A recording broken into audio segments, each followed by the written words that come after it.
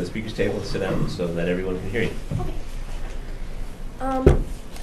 Hello, my name is Daniel LeMay. I'm a junior at Monona High School, and I do have some concern about the new graduation requirements. I think it's a good decision, but I do think it should be grandfathered into the incoming freshmen, since my grade has been, planning our schedules for a very long time, and I know it has to be started sometime, but this is kind of, a wrench in our plans that a lot of students in my grade are worried about. I've gathered over 140 signatures from my grade alone that would, be opposing that this would be imposed on our grade. I have students and teachers who I'm preparing to have show up here next week who are in support of my ideas. And I understand this decision's been in progress for a very long time, and I would just like to politely request that you would postpone the approval of this, the graduation requirement until the next meeting, when you could hear what the students have to say about this and what the other teachers have to say about this. I believe that I could offer some possible amendments that would be that I will be more prepared to detail next meeting, since I didn't realize that I'll be speaking. I thought I'd just be here to watch. But yeah, I'd like to commend the board for the history of making the hard decisions with the students' best interest in mind, and those decisions have usually worked out for the best. And I think this is a good idea. I just think that, all good ideas could obviously use a little improvement, and I'd like to offer improvement. Thank you. All right. Thank you. Thank you. Okay, the next item on the agenda is the consent agenda. I'd like a motion for approval of the consent agenda. Can I just ask a question? Sure.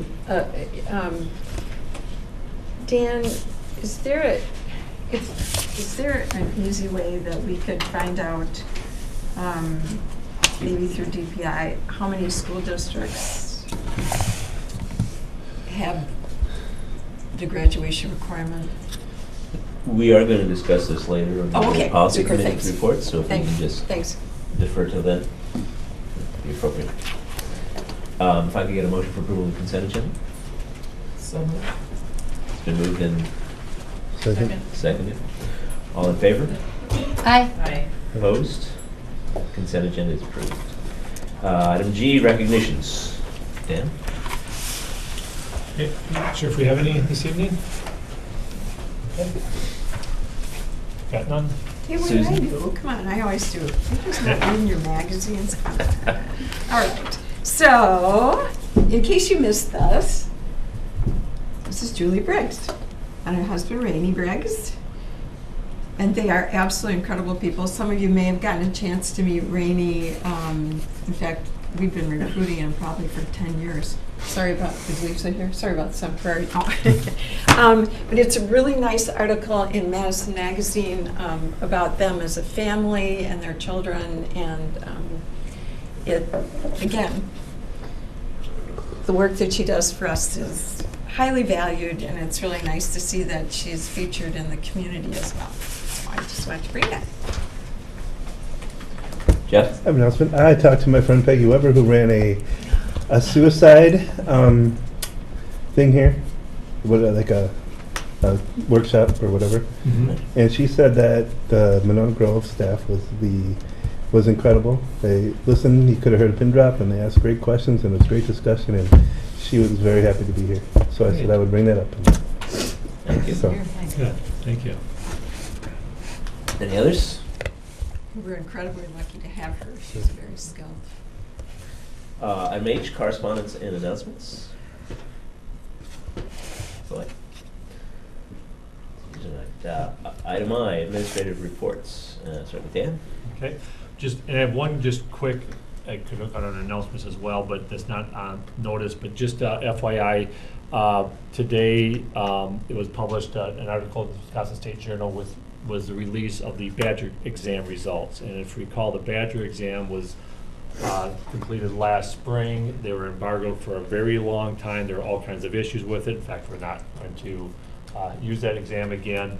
And so with that, we'll certainly share out that data, as we do with other, upcoming. But They did have a comparison of all the Dane County school districts, the ones that reported, only about half of them did. Before that, we had information how we compared to state averages, which, we were well above, which, we would expect, and we're very proud of that.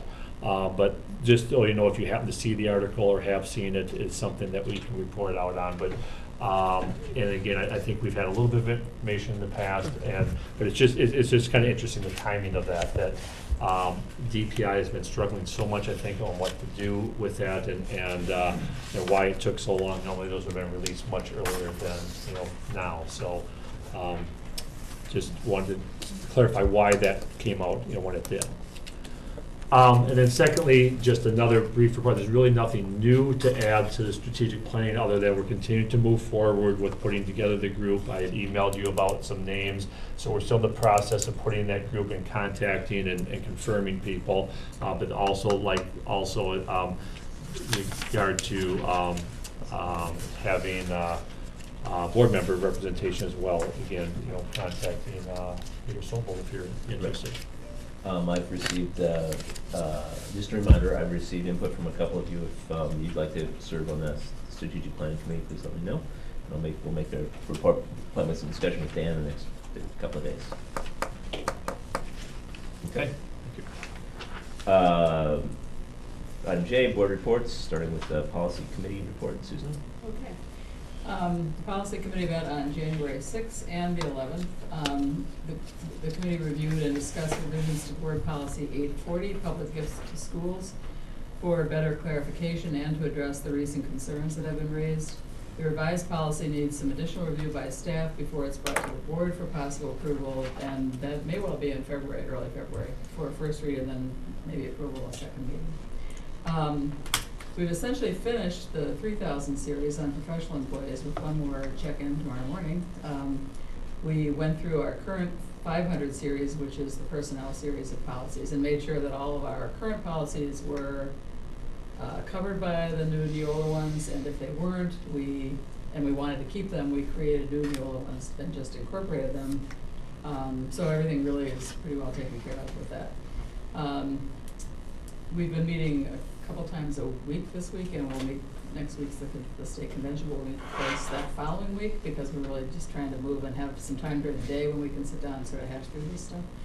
So we will begin the 4000s, which is support staff, tomorrow, and then there were a few 500 policies that just related to support staff, so we'll be looking to incorporate those as well. So we will meet tomorrow morning, January 14, also January 25, and January 27, with a very optimistic goal, a cautious optimistic, I guess, of completing the 5,000s by the end of the month. But we are able to move pretty well. We have kind of more time and can just kind of sit and talk about it. I mean, we also both really do a lot of homework beforehand. I mean, I spent 2 solid days of doing another policy recently, but I kind of feel good about it because I feel like we're making progress, so it's good.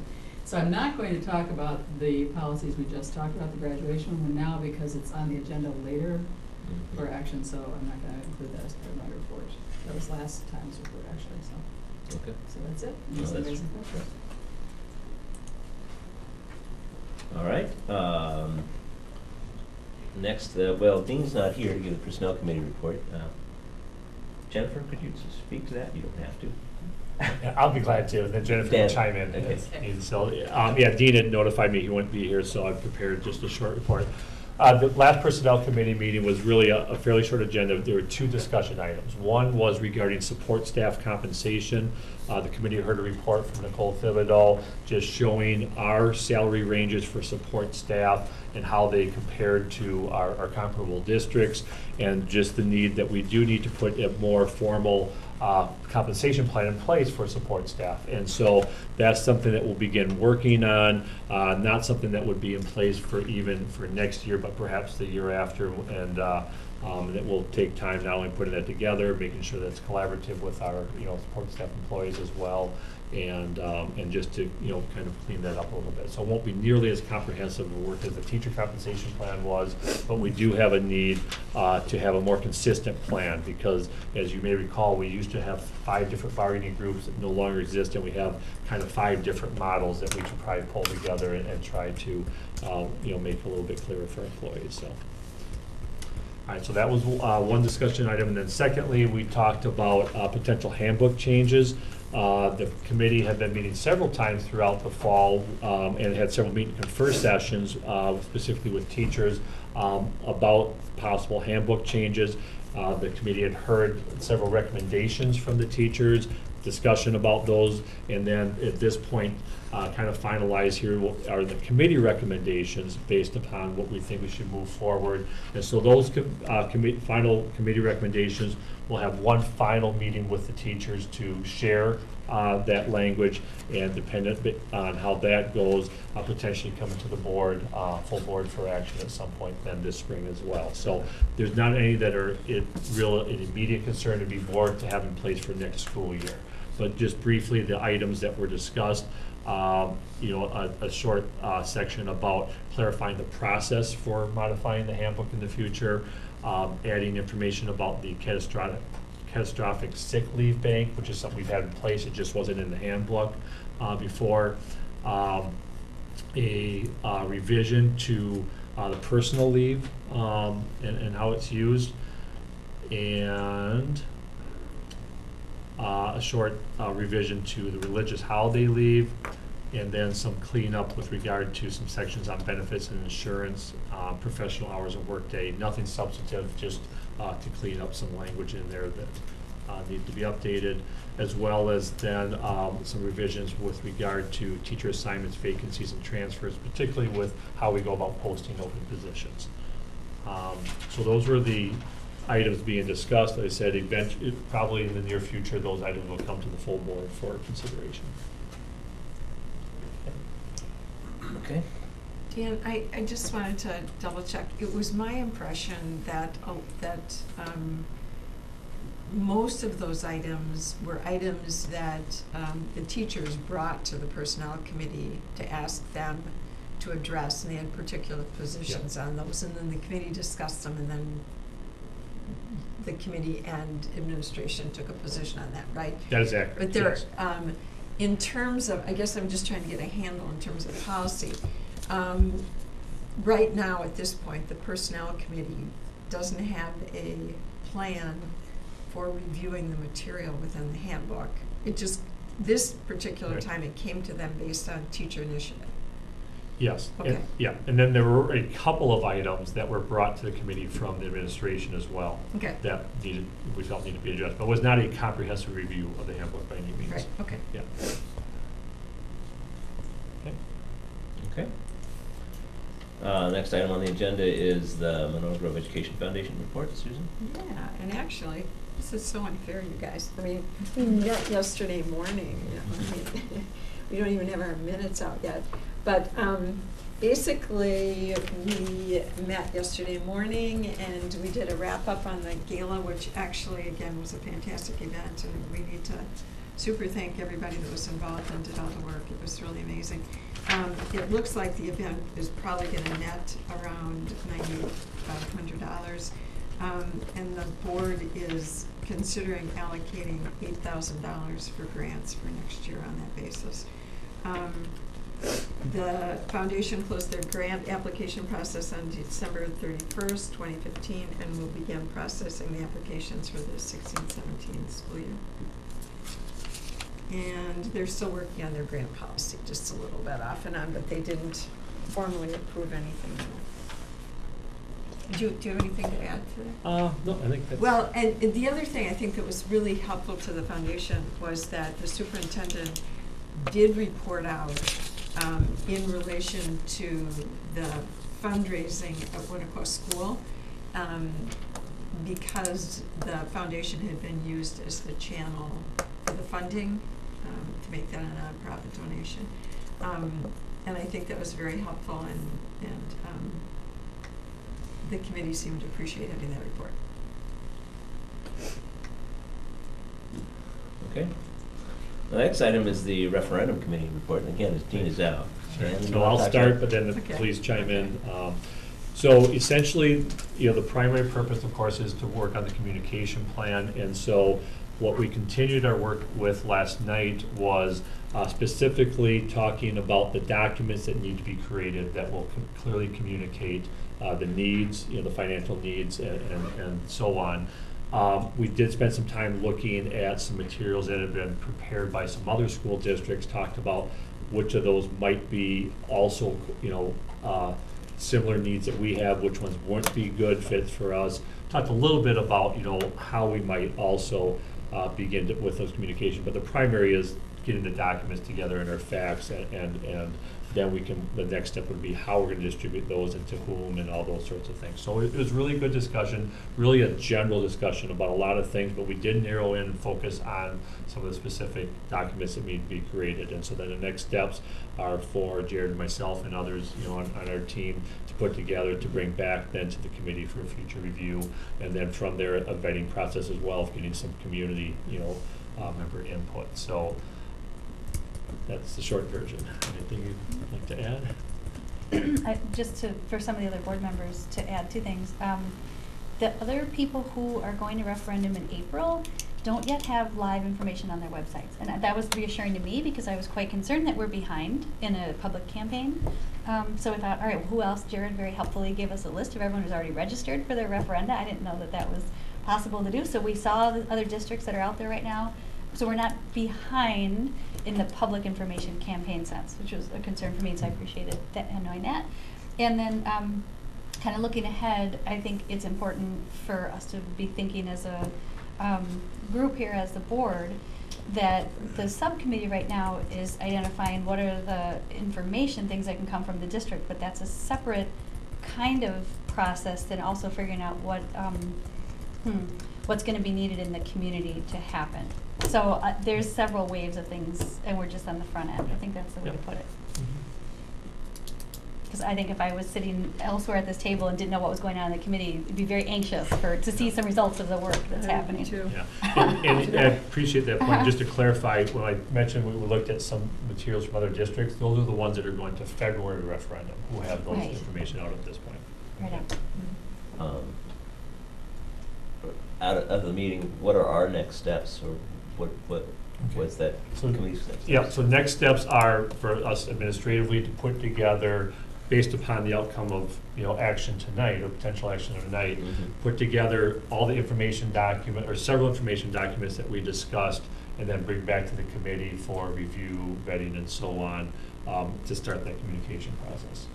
So Susan? maybe this will help. Basically what we talked about were 5 informational documents. The resolution, which we'll see tonight, and we did look at that last night, and there was some good committee input on those on the resolutions, just in terms of language, not content. So the resolution, and then a summary document. So any thoughts that the board has about what, if you want to make a statement to someone that shows our support for going to an operational referendum, what do you need to say? So any thoughts that the board might even give to us would be very helpful. So a summary document, why we need to go to referendum, a financial summary with bullet points identifying the financial need, historical document delineating past cuts, and an FAQ, which could be fluid and updated as we go forward. And then one of the things that the committee is seriously considering is, so the time frame right now for those documents is January 26th. We hope to see something at that meeting. And then after that, there's going to be a focus group, having 3 people from each community representing different interests to provide input on the educational materials. That's not going to be the big committee. It's just a focus group for a flash at the materials and saying, hey, this reads pretty well. I like the way it looks. I understand what it says, and I understand why you're going to do what you're going to do versus why are you doing this? And then, and actually there were names that were put out. And then in terms of a time frame, hopefully we're gonna have some drafts to look at on the 26th and be able to go forward with board support for the informational piece. And then we'll move to the big committee, right? And start working on dissemination. And we will have a schedule, so we'll be able to see where we're going. Oh, and we are directed to review other district websites. So if by any chance you see one other than Jefferson that you think is really good, Coffee with Craig, that's pretty neat. Then if you'd let us know, that would really help. Because lots of times you'll see something we don't see, especially you, because you're looking. Susan? And I only have one comment about the websites, because I didn't sit in on the meeting last night. I actually tried to come, but you guys locked your doors. I know. So I couldn't get in, which was Oh, just as well. I was home watching Just in TV. time. Just missed it. Yeah. But I did sit on the first one, and there was some talk about, oh, well, we could just start a website and put some stuff up and then add to it. And I really don't agree with that. I do agree with the FAQs being fluid, and because as questions come in, you're going to add to that. But I think the website needs to be very complete when it goes up, because some people are only going to look at it once.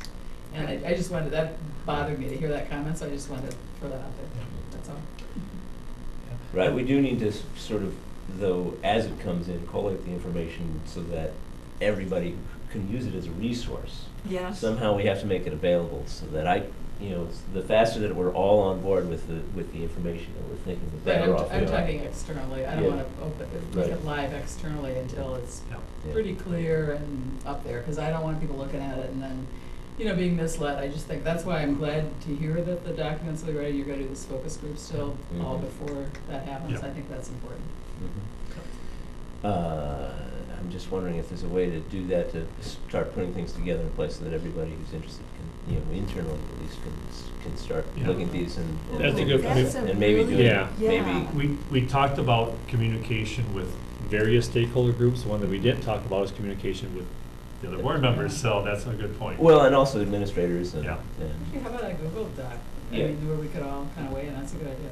Yeah, just use the Yeah.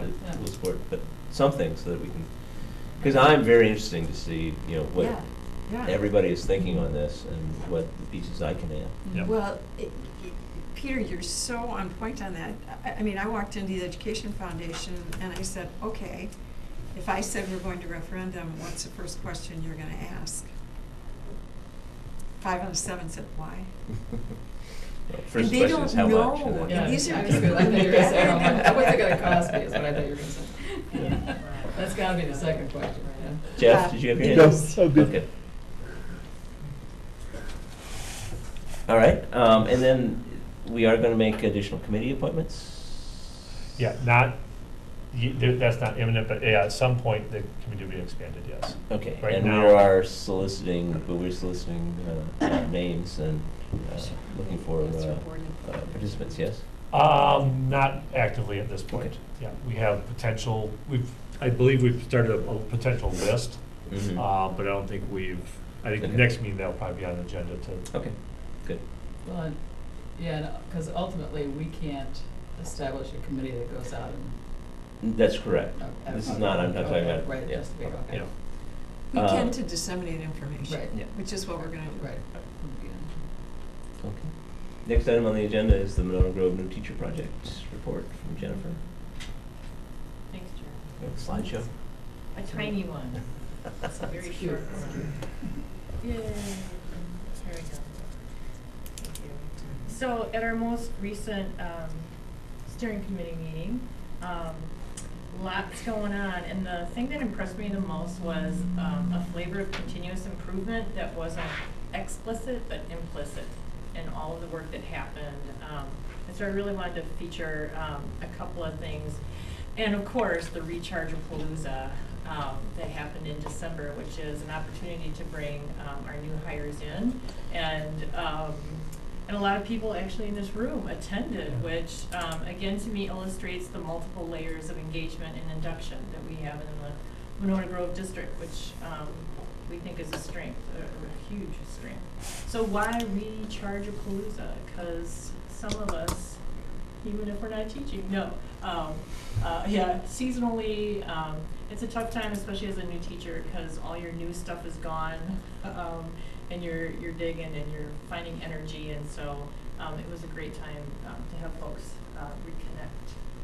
Next slide, please. So here are a couple of our new to district, new to teaching. This was held at the Goodman Center. Great environment to have it. Next slide, thank you. Oh, look. I just had to. I couldn't control myself. So here again is that idea that induction belongs to all of us. We all touch, teachers and learning in some way. And sure enough, there's our director of instruction right there. Next slide. Thank you. Oh, hey. All right. Yeah, this picture to me was just so perfect because we've got Tom Howe, Kate Ziegelmeyer, and we've got our new teachers and our superintendent, and behind him is the slide which features the voices of testimonials from veteran teachers. So again, multiple layers, voices, sharing. There it is. It's a perfect model of and there's Janelle, one of our lead mentors. And I think that's Tracy's head, but I think it's Tracy's head there. And a couple of our new teachers. And my last slide, I'm telling you, these folks just go all out. These were the cute water bottles. Clearly an elementary school influence going on here. But you know what do they do and why does it matter? They support teacher growth and quality, and that's one of the ways they do it. So quickly, a couple of bullet points that came out of the meeting. The MGNTP is preparing an in-house teacher resource survey, for new teachers, trying to figure out where they go, for what, and how to support that. There was a discussion about managing growth and change for the steering committee itself. Again, that continuous improvement model, which I thought was great. The topics being shared at Dane County District Council were around induction standards across the district and in what way might we work with our admin team to have continuity. Mentor forums that our mentors attend are focused on mentoring for equity. So how do we help our new teachers think through how to use equity in their teaching practice? And then we had this alphabet soup. Our mentors talked about how their new charges were working on SLOs, PDP goals, DIBELS, MAP, test preparation, and then debriefing from their admin observations. So it's a pretty robust list there. So that's the update. Thank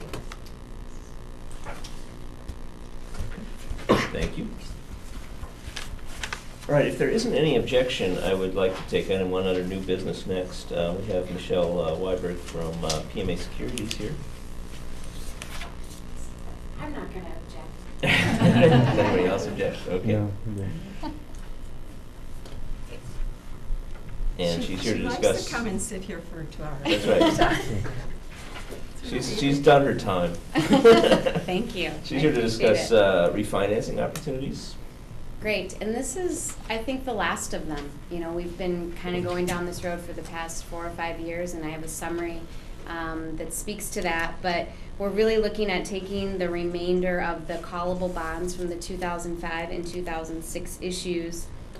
Interest rates on those bonds range from a 4 to a 4.5%. Refinancing those in today's market, we're still in a really low interest rate environment. In fact, we've opened 2016 kind of rallying in interest rates, the stock market not quite doing quite so well, but uncertainty that we have in China and their economy has really brought down interest rates even more. So in a good position to kind of do this last phase, I think, of the refinancings from Monona Grove, looking at an estimated interest rate on the new issue of about a 1.7%. So that's going to create significant savings. Total savings of over $600,000 or 7.6%. The benchmark that we use, or the barometer that we use for refinancings, is pursue them, or at least talk about pursuing them if you save at least 3%. So you're more than double that at 7.6%. And I just then provided you with you know, we kind of keep tallying our savings as we go along. We started this process together in 2011, and each year we've been chipping off more and more. We always want to stay within that bank qualified amount, which is 10 million or less, because that's where we have the most attractive interest rates. So this just gives you a feel of what we've accomplished over time. All of these refinancings have taken place in Fund 39, which is outside of revenue limits, so all the savings that were realized in these refinancings directly related to a lower tax levy for the taxpayers in Monona Grove. So with the addition of this 2016 refinancing that we would anticipate locking in rates at your February 24th board meeting. So I've got the estimated savings that we just saw on the previous page added to this list. With that, we'd be at about almost 3.6 million of total savings over the course of the last 6 years or so. So this is really just for you to see on a preliminary basis, and again, we bring final interest rates and working with Jared and his staff on all the paperwork we need to get done, and bring final interest rates to you in February. Thank you. Are there any questions? That looks very good. Thank you. Thank you very much. Great. See you next month. Well, that was easy. Okay.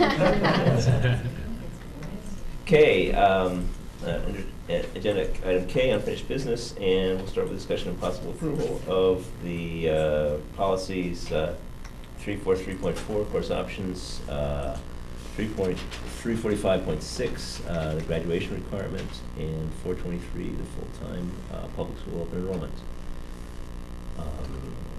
Who wants to start? Actually, I'll let you. Okay, sure. The All right. first one, I might suggest though that we deal with each one separately. Sure. Give them Yeah. presentation. Yeah.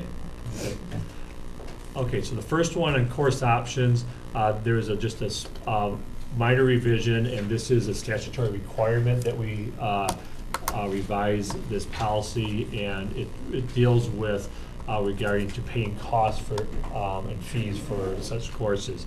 This currently does not impact any of the courses that we have available at Monona Grove High School, but should we have such a thing in the future, our policy will be in compliance with it. So. Okay. So, do you wanna talk about all And three that's, before well, yeah, let's just talk about all three. Okay, so that's the course options. Okay, the second one is the high school graduation requirements, and there are two proposed changes. The first one, again, is a statutory requirement that we need to add language about the new requirement for a civics test requirement as a graduation requirement that would begin in the 2016-17 school year. So that's important that that gets adopted. And then the second one is, as you heard the report, from Danielle earlier, the requirement for the minimum number of courses that students must register for, that to increase that from 6 to 7. This is something that had been in discussion for some time. We talked about it last year when we added the financial literacy course, that it would make sense that when that requirement came through, the additional requirement to do it at that time. So our high school principal, Paul Brost, is here, can certainly comment or answer any questions that you have with regard to that as well. I'll just start real briefly with my perspective on that, and somewhat to the question that you asked, Susan. I don't know if there's data specifically about that can be gathered, perhaps there is, but what I do know about data is with regard to credit requirements for schools that are on block schedules. That's something I've personally done research on in the past when I was a former high school principal and working in other school districts. And typically, schools that are on the block have graduation requirements anywhere from 24, which we have, up to as much as 28 credits. In fact, many, if not most, schools that are on the block schedule don't allow any study halls. That typically, that's part of the deal, is you take 8 courses, and that's one of the benefits of a block, is an opportunity, to take more courses. So it is, I am confident saying it is extremely rare to have a requirement of only 6 courses. But I don't have data for that specifically to back that up. That's just from the knowledge that I've had. But my understanding, part of that is staffing issues, and part of the reason that maybe that hasn't been brought forward earlier is because as students take more courses, there's also been a need for more staff. But the other reality is, and I think you did receive a memo on this, the vast majority of our students already take 7 or 8 courses. And so when you set minimum requirements, that's really for, for all students. And likewise with the graduation, when I mentioned we only require 24 credits, well, it's not only. Most of our students graduate with far more than 24. But we set that as a minimum standard that we need for, for students to meet, and which is something I support very much. And so those are my comments about it, but we did talk about it at policy committee as well. As I mentioned, Paul Verhus can comment also. Okay. So thanks for reminding me of that. I don't know if Danielle's still here. Good, she is. Because the question that I had when Danielle was speaking, having heard that before about that most of our students are taking more than the minimum. Yeah. I heard her comment about many students have planned for years in advance what their schedule is going to be. My interpretation of increasing the minimum requirement was to more address the issue of students not planning or having study halls or not. So I didn't really think that the change was going to impact students who'd been planning ahead or negatively impact them. I mean, really, they would have been already kind of on the pipeline to be taking a lot of classes.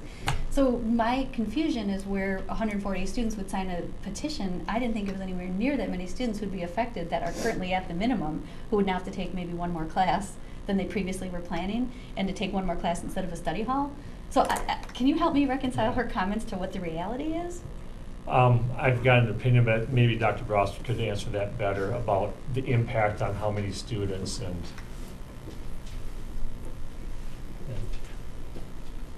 The impact on the number of students is, as Dr. Olson said, is about 19 to 23% of our students historically have taken 6 classes, and the others have divided up between 7 and 8.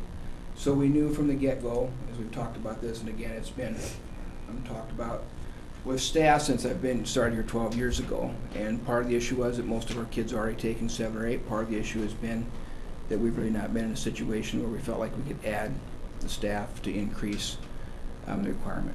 So we knew how many students it would impact, and certainly as those students had planned, if they planned to take 6 and do other things, now they're going to have to plan to take 7, so there's room in their schedule. The issue is if they're taking AP courses, or if they have a lot of outside school activities, so they plan to have 2 study halls, so they would have more time outside of school. That is certainly going to impact some of those kind of things, and we've had those conversations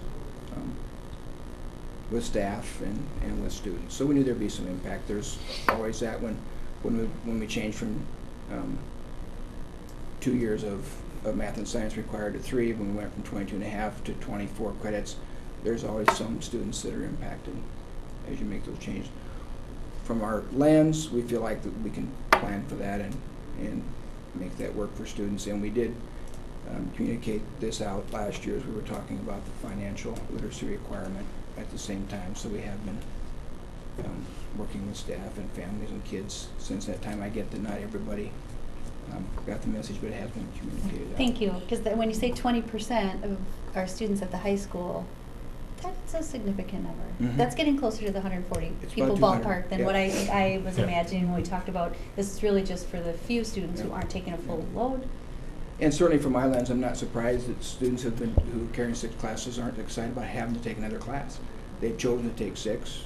They're not excited. I understand that. From my lens, the principal, I feel like it's in their best interest to raise that bar a little bit and put them in more instructional time. We've struggled for some time as a staff justifying that we have a population of students. Again, it's not a big student, and I'm not saying that they're not motivated kids. We have a population of students who are spending 25% of their time in study hall. That's just very hard, from my lens anyway, to justify that we're serving them well when we do that. Yeah, thank you. Question about, and I know it's a really small population, but those students who would like to TA for someone, is there a provision or a way that they can continue to do that practice? I'm just asking. It'd have to be in lieu of the study hall, so that would have to be, Okay. they wouldn't be able to take a study hall and TA. They would have to take 7 classes and do that. Okay. And we've had those discussions with staff as well, and with students. Staff have been pretty good always about when students TA, that if they have work to do, they've allowed them to do that first, and we expect that to go on. And again, as we discussed it with staff, we just felt like the academic priority outweighed that TA experience, both for the student and for the staff person. But staff would try and accommodate that even more so maybe than they have, by making sure students were allowed to, if they had homework to do or things they needed to do before they helped the teacher, that they would do that first. But yeah, we discussed that with staff as well. Carrie? Sorry, another question? The comment you made about things that students would give up to have to take another class. I am a huge fan of co-curricular activities, even holding some part-time jobs, I mean, doing things like that. Do you have a sense of the educational value of the other things that they're doing? And how we weigh that against the additional class requirements? I think they're fantastic, and we have kids involved in many, many good things that are both co-curricular school thing and their community functions and so on. And I think those are all positive, and I have no sense in how to value that against others, except for I think as a school we still need to maintain our number one priority in academic preparation for life after high school. And I just think that needs to come first. I don't think that devalues other things, but I think at some point you've kind of got to prioritize. But we have kids doing lots of really good things outside of school. We have lots of very busy kids. Yeah. I have a hard time as principals saying, because they're so busy, we're going to allow them to have 25% of their time in school as non-academic time, so they can, in my mind, that's not a good set of priorities as a school in terms of what we're trying to promote. Is that the kind of thing, since Danielle is still here, we're allowed to ask for a comment, or is that just not what happens in this kind of forum? And I'm fine with whatever you say. Generally, it's not. All right. Just Yeah, I was gonna say, this is anecdotally, but with my own 3 kids going through, what we tended to hear more, because there were various times, at one point there was a move to change the high school to the trimester, and we heard more from kids who were afraid they were gonna lose things, and you know, a lot of the kids I'm aware of had full schedules every year, and they were still the ones that were in the sports and in the musicals and in the forensics and all the stuff. I mean, they just, you know, they do a lot of that stuff. They seem to be, so yeah, there are a lot of really busy kids, and it's interesting to me to hear that, because that's, I guess, where I'm coming from. What I've heard over the years is more kids worried about, don't tell us we can't have our 8-hour day, because then we'd have to drop something, and I don't want to drop anything. So it's just interesting to hear the other side, and I'm sure there is another side, so yeah, And part of the timing this has come about with the financial literacy requirement is that as a staff, as we've talked about that and when it'd be a good time to do this, even though we don't have a lot of extra resources right now, when we decided as a district that was an important priority, the reason this came tied to that obviously is if we don't increase requirements for some of the students who are taking, in all likelihood, 200 seniors, because about 30 to 50 have taken the funds, will choose, it's not likely they're going to set a schedule, then take that literacy class instead of a study hall. They're going to drop another elective to take that financial literacy class. And so the impact on our electives is going to be, it won't be catastrophic, but it'll be significant. And so as we talk with the electives and the core people, because we've talked about raising the bar for this minimum number of class for years, when this class came about, we felt like the timing was important, because it will not completely neutralize the effect of kids having to take the financial literacy requirement, but it'll minimize what that does to our electives, if that makes sense. Yeah. In terms of, Yeah, thank you. Susan? Paul, are we looking at an implementation date of what? Our counselors meet with the Next 8th year. graders in January to plan next year, and we talk with the 8th grade parents February 1st. Next year it needs to start, and we would start registering kids in 3 weeks. So, so the students that are freshmen right now are under the expectation of 6 per year. And if it were implemented next year, then their sophomore, junior, and senior year, they'd have to have 7, but their freshman year, the requirement would still only be 6. Our implementation is to have everybody in the high school, freshman through senior, next year be required to take 6 classes. It wouldn't be 7. grandfathered in by grade level as kids came through. everybody would have a minimum of. So what about the kids, I think about the kids that were in biology, who were seniors, who didn't get biology, you know, because we were too full and they couldn't go back. Even though we were offering it in the high school, they couldn't go back and take it. So how does this affect, I mean, I'm looking at the policy right now, and it says, class of 2016, 2017. The course requirements. So, when they come in as a freshman next year, it would be 7 credits every year for all 4 years. But That's what about the correct. kids who are here right now? The We're kids freshmen this right doesn't, now. this doesn't change their graduation requirements, even though this is part of the graduation policy. Okay. It's changed their course load requirements. So when we talked about this, we decided we weren't gonna move the graduation requirements up, but it changes how many kids are required to sign up for and register for. So that's why it's all done to all grade levels at the same time. It's not like a graduation requirement where all of a sudden kids have to have more credits to graduate and complete school. It's changing the minimum that all kids have to take. I need to make sure I understand this. So kids who are starting as freshmen now will have had to enroll in 28 credits by the time they graduate, Right. but the graduation requirement is going to be 24 to graduate. For whom? Everybody. So they will not have to pass That's every, correct. every That's course. correct. I guess the way to put it. Yeah. So the graduation requirements are still 24? That's Yes. correct. Even though you're requiring that they take 7 classes a year? That's correct. And again, as Dr. Olson talked about, that graduation requirement is the minimum. The vast majority of our kids are going to graduate and are now with 28 or more credits, because the vast majority of our kids are taking 7 or more every year.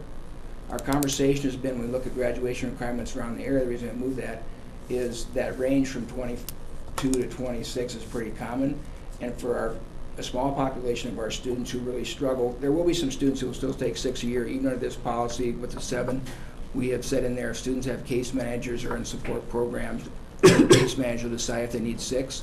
There will be a population of students who really 24 is a pretty challenging bar for. And we didn't want to move the graduation requirement and create issues for those students. What happens to a student who takes 6 credits every year, 6 credits every year, and has the 24 that are required for graduation, even though you're requiring 7 credits per year? What happens to, what do we do? I mean, I don't understand. They graduate because they met the 24, and they're not Right. required to take 7 every year because they have a case manager. In this policy, they're allowed to do that. Okay. So they're just fine. So for students that are concerned about having to take the 7, they would have someone to talk to, and there effectively wouldn't be any punishment for only taking 6. Only if they have a case manager and they're in an at-risk or a support program. That's the only students who would be exempt from required to take 7, which is 10%, 13% of our kids. Do you want empowerment as a principal to waive the requirement in a particular situation? No, Okay. I don't. Sick kid. I mean, whether that's our sequence of science requirements or for our minimum requirements, I really think we need to have that be pretty clear. I think we get into some areas of difficulty when we start trying to have discretion for those. And administratively, your recommendation is to implement in 17, 18? The recommendation is for next year for all kids to have to sign up for at least 7 classes a semester unless they have a case manager. Carrie? So the discrepancy between the maxing out a maximum course load versus still keeping the graduation requirement in place would suggest to me that then you'd have more students eligible to graduate high school after the first semester of their senior year, potentially, if they had enough credits by then and they met, which I have no sense of how much that's happening now, because you said most people 80% of people are already taking a full load. Do you anticipate a change in that? I don't. We have, again, the vast majority of our students could, I couldn't give a percentage, but way over half our students could graduate early in terms of the credits. but they understand our graduation requirement is the minimum bar. And if they want to be competitive to get into post-secondary and then compete with other students from other schools who are staying in all 4 years, it's in their best interest. So we have a handful of students, 3 to 5, who apply every year to graduate early. I don't anticipate that changing, just because more students now will be over that bar. Most of our students are over the bar now, but they choose to stay in because they know it's in their best interest. Culturally, I mean, that's just something that would be a Yes, huge yeah. change. That's why I was Yes, I asking don't- if you thought there was demand for that or interest in that in some way. Yeah, I don't anticipate that changing. Thanks. Susan? Paul, what's your thought about why, 140 students would be opposed to this? I'm not asking you to read I think there's some good reasons and some legitimate things for that going on. I also think part of that's human nature. I'm taking 6 classes a year. It's a pace of rigor I've taken, and I'd rather not be told I need to take more. I mean, I'm not surprised by that if I took a poll of students, even though we have great kids, and offered them to have 2-hour lunch hour versus 1-hour lunch hour. I think most of them would vote for 2 hours of lunch. You know, I think part of that's just human nature. And we have great kids, but let's face it, it's increasing how much academic time they have and take another class, and I knew that wouldn't be a popular thing. Doesn't mean they're not great kids and doing good things, but it's adding to their course load.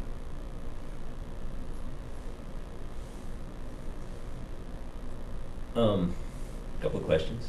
How much does this cost?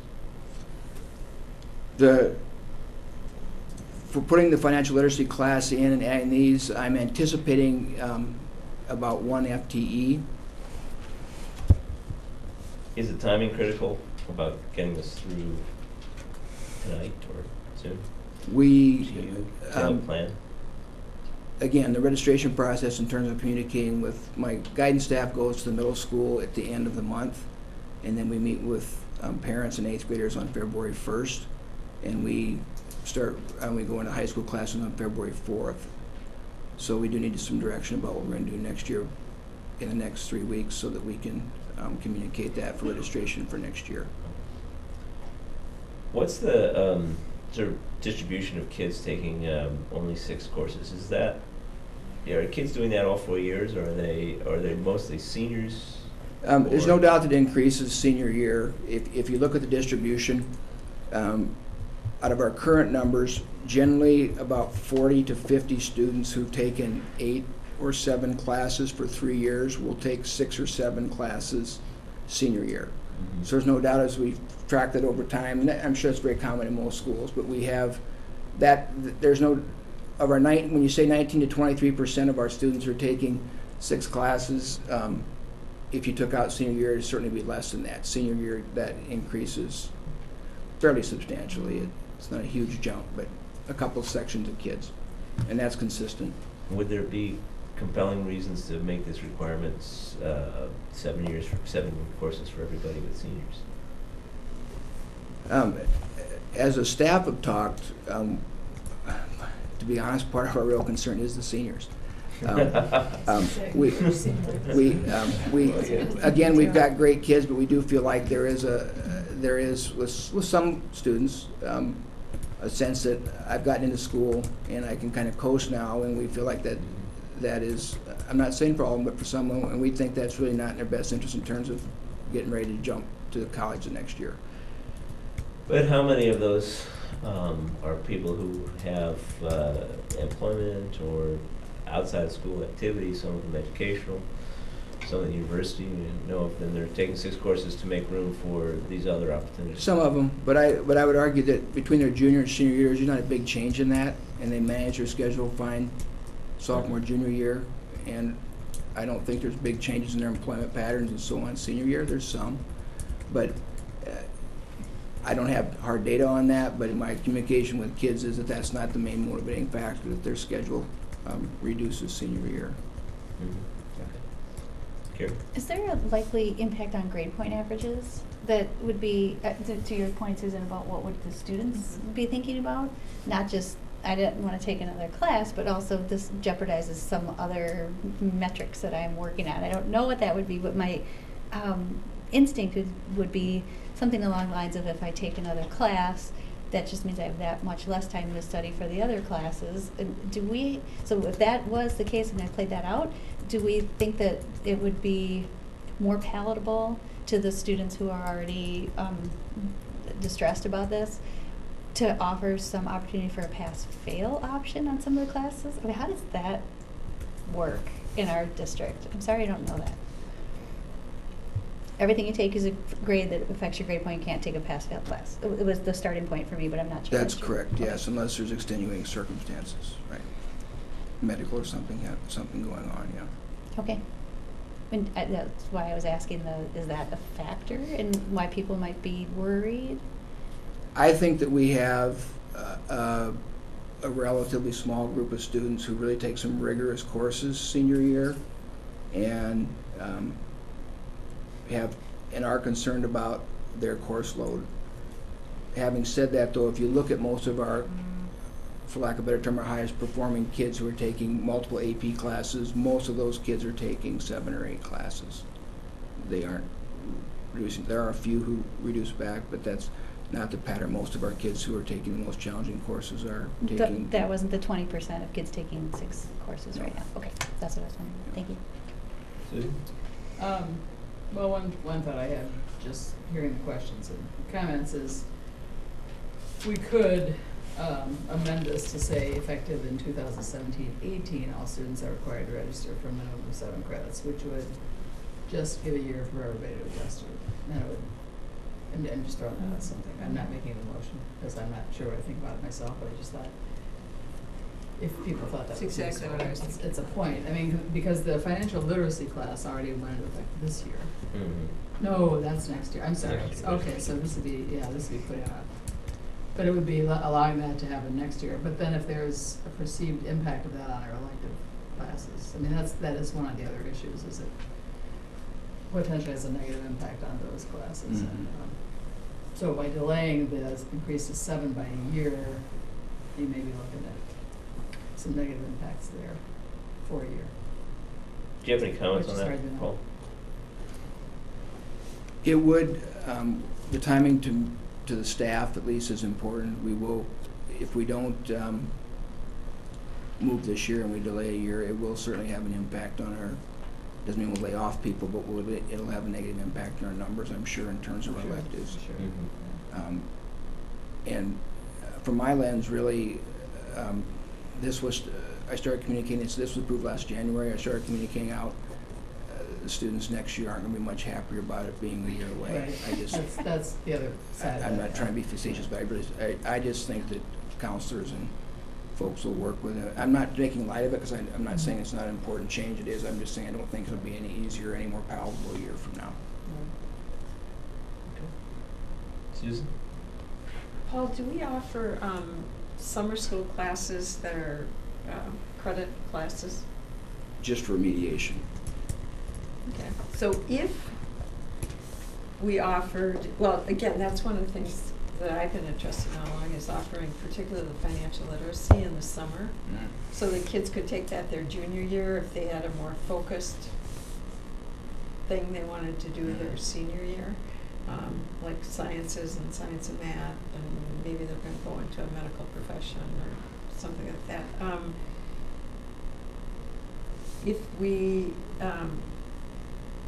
If we offered something in the summer that would allow a credit, would that be countable toward their credit per year, their 7 credits per year? It's hard to answer because we don't know. Yeah, we've not substituted in that way. No.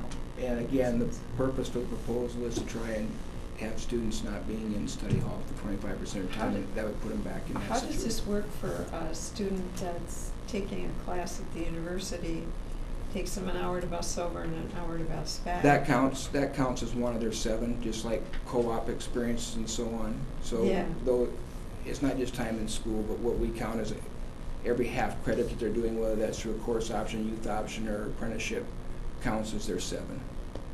So right now they have to have a total of 6, including those kind of experiences, where we would add a class each semester of some sort. So those still would count.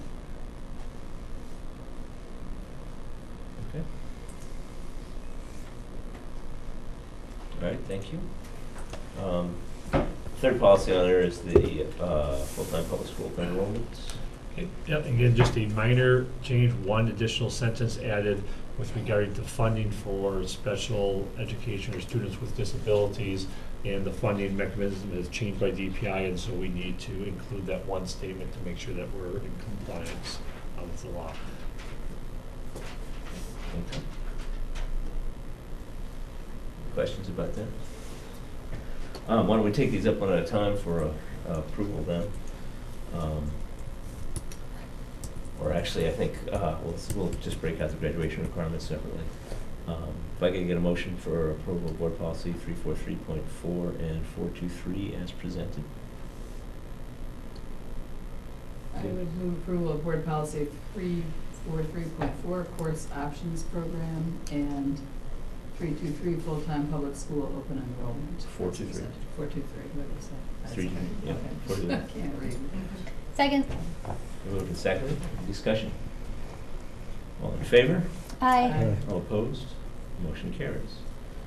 Now, if we could have, well, if they want to make a motion, or if we want to wait for further input, if we just want to postpone it until the next meeting, we can just not take it up at this moment.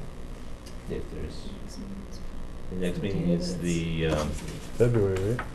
no, our next meeting is the 27th. Isn't that the convention? No, that's next week. Convention's next week. Oh, next week? Yes. Okay. Okay.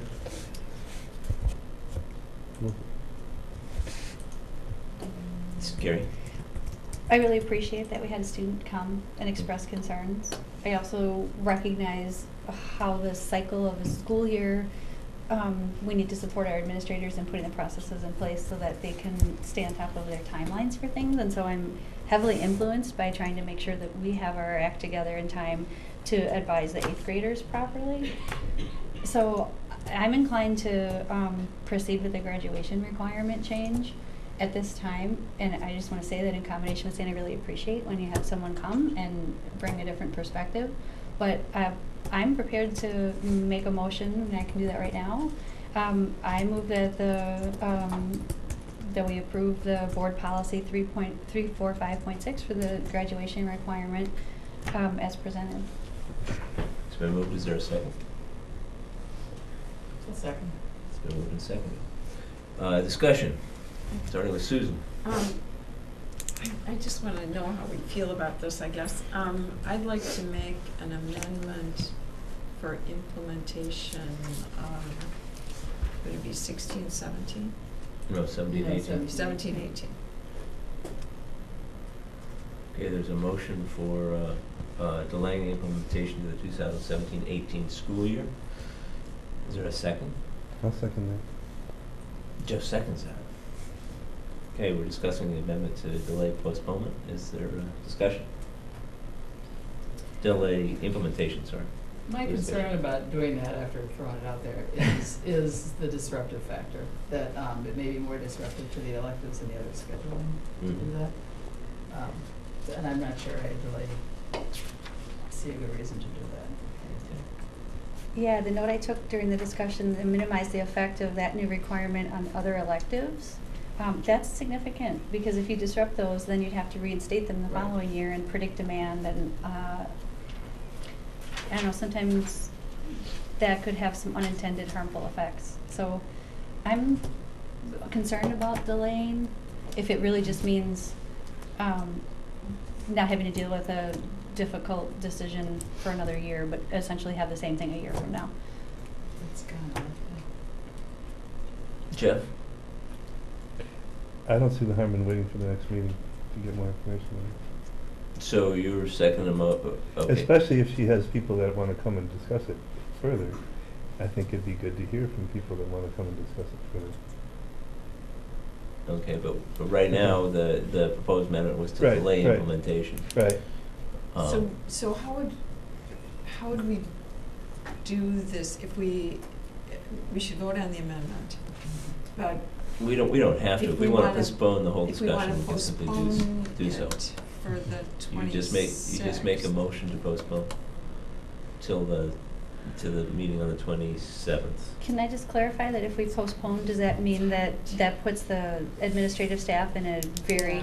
difficult position? I mean, I would actually really like to know if it'd be impossible at that point then, Well- to prepare their materials in time to roll everything out the way they need to? Keep in mind, the other piece here is the civics test requirement. We need to adopt this policy now so we can inform students for next year that they have this graduation requirement. Okay. And Well, we that's, can- and that's mandated for us. Yeah. That's not a local decision. Correct. Okay, so in that case, we need to approve the policy. We can amend the policy Correct. as what's on the floor to delay the implementation if we so choose. We could also, I mean, the other way to approach that is we could remove that clause from the policy and then approve the policy as is, and then have an amendment to discuss in the next meeting, amendment to the policy to add the graduation requirement. I'm sorry, the just number of courses. Course load requirement. Course load requirement, Oh. thank you. And on that subject, that's something we did talk briefly about in the policy committee. The fact that this is even in the policy, it's fine, you know, many districts, their graduation policies, they leave the course requirements up to administrative rule. Ours just happens to be part of the policy, so, and I'm not advocating removing it, you know, you mentioned remove, because that has been part of the policy here in practice, and obviously it's an important piece, but, Yep. so I just want to be clear if we talk about removing that, not the intent to Yeah. remove that from board decision making. Yes. Did we discuss this at the last meeting? Mhm. We did? Yes. Yes. It was part of the 24? it was part of the I don't policy see it. committee report. That was We the did first discuss it reading. last year at some point too. I mean, I know it came up in discussion. As for possible approval this meeting? Yes. I'm not talking about Mhm. Okay, there's right now, we're discussing the amendment to delay the implementation. Is there any further discussion? Susan? Roll call vote? Susan? You Sorry, made the motion, I sorry. haven't heard from you yet. Oh, well, I'm just kind of interested in how the board feels about it. So I thought it's important to make the motion and then we can vote it up front. And again, we threw it out there, so we may not support it as a group, but it's helpful to know that we considered it. Okay. So that was my thought. Yeah. Yeah, that's what I was gonna say, roll call vote, but don't start with me, because I'm still thinking about it. Like, Sorry, you called me. I sat in the worst chair for that. Like, where are we at on That's this? a good point, Peter. Whoever calls for it Goes last. first. Goes first, not last. Darn. Jennifer needs to go Is last. that a parliamentary procedure thing? You can- That you have to vote first if you call for roll call? Dang it. We can No, pretend, it's I can pretend I didn't hear Yeah, that. I You guys did are want to- roll call vote, otherwise you're going first. No, I mean, that's fine. I'm not inclined to delay a year because I understand the complications of what it takes to get all the other parts together. So the motion to delay implementation, and I go no. Okay, I guess we're having a roll call vote. Are we, But what are we voting on here? we're voting on the motion to amend the policy Uh-huh. to delay the requirement for moving from 6 to 7 courses for 1 year And we can't postpone this whole vote because, of the other piece in it. We can't But- postpone consideration of the whole policy. We What? can, if we want to, you know, no, the civics test is next year, and that's part of it. that's right. And when does it have to be given? Anytime? Sometime next year. Uh-huh. Because if they fail it, they can take it again. Sure. So you want to give it earlier in the year, right?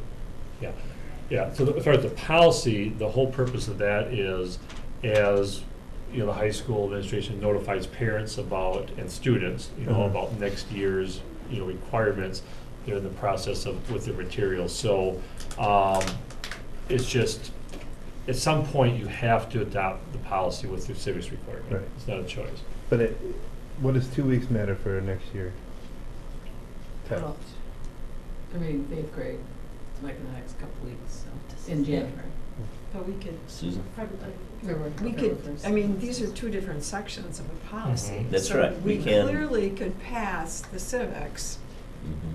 and postpone the credits. Right. Well, you would probably But do it's that by gonna mess up deleting, Paul's life That's forever. right. deleting that section, and then you could add it back in. He won't smile for 2 years. Well, you- I have another question, and I've always had this, even when I was on policy committee. Why are we writing policy about state statute? Because we could take a policy that we're not going to do the civics test, but we have to do the civics test. Yeah, I mean, this is something we have to do. I don't, you Well, know. this entire policy of we have our 24 credit requirement. Most of those are outlined by statute. Uh-huh.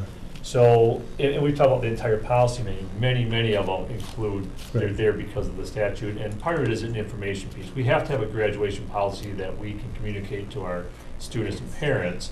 Within here, some of these things are statutory, some of the things aren't.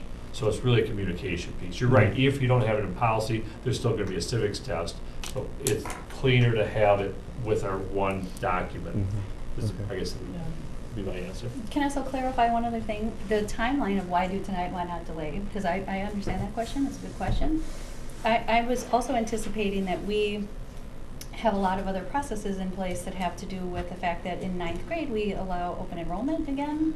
And I don't know all the timelines that are in place for that, but having a clear and consistent articulated, this is what it's gonna be, for if you enroll here, is good to have on the front end. So you'd actually be disadvantaging anyone who was thinking about that process now if we wait too long and miss the window for people who are looking ahead. The very same people who are planning ahead, I just feel like this is a time of year for that, and you lose the window for certain kinds of advantages if you wait. I don't know exactly where we line up with that stuff right now, though. But I'm thinking about that stuff too. I Yeah. think, since I've been on the board, we have a goal to communicate more with the public, get more public input. It's been a goal. We haven't done very well at it. We have somebody who's actually taken the time to circulate a petition, has a complaint, has plans on bringing other people here next week to talk. And I think to vote her down, I think goes against every one of our goals. And I think it's important that we allow her to finish that process.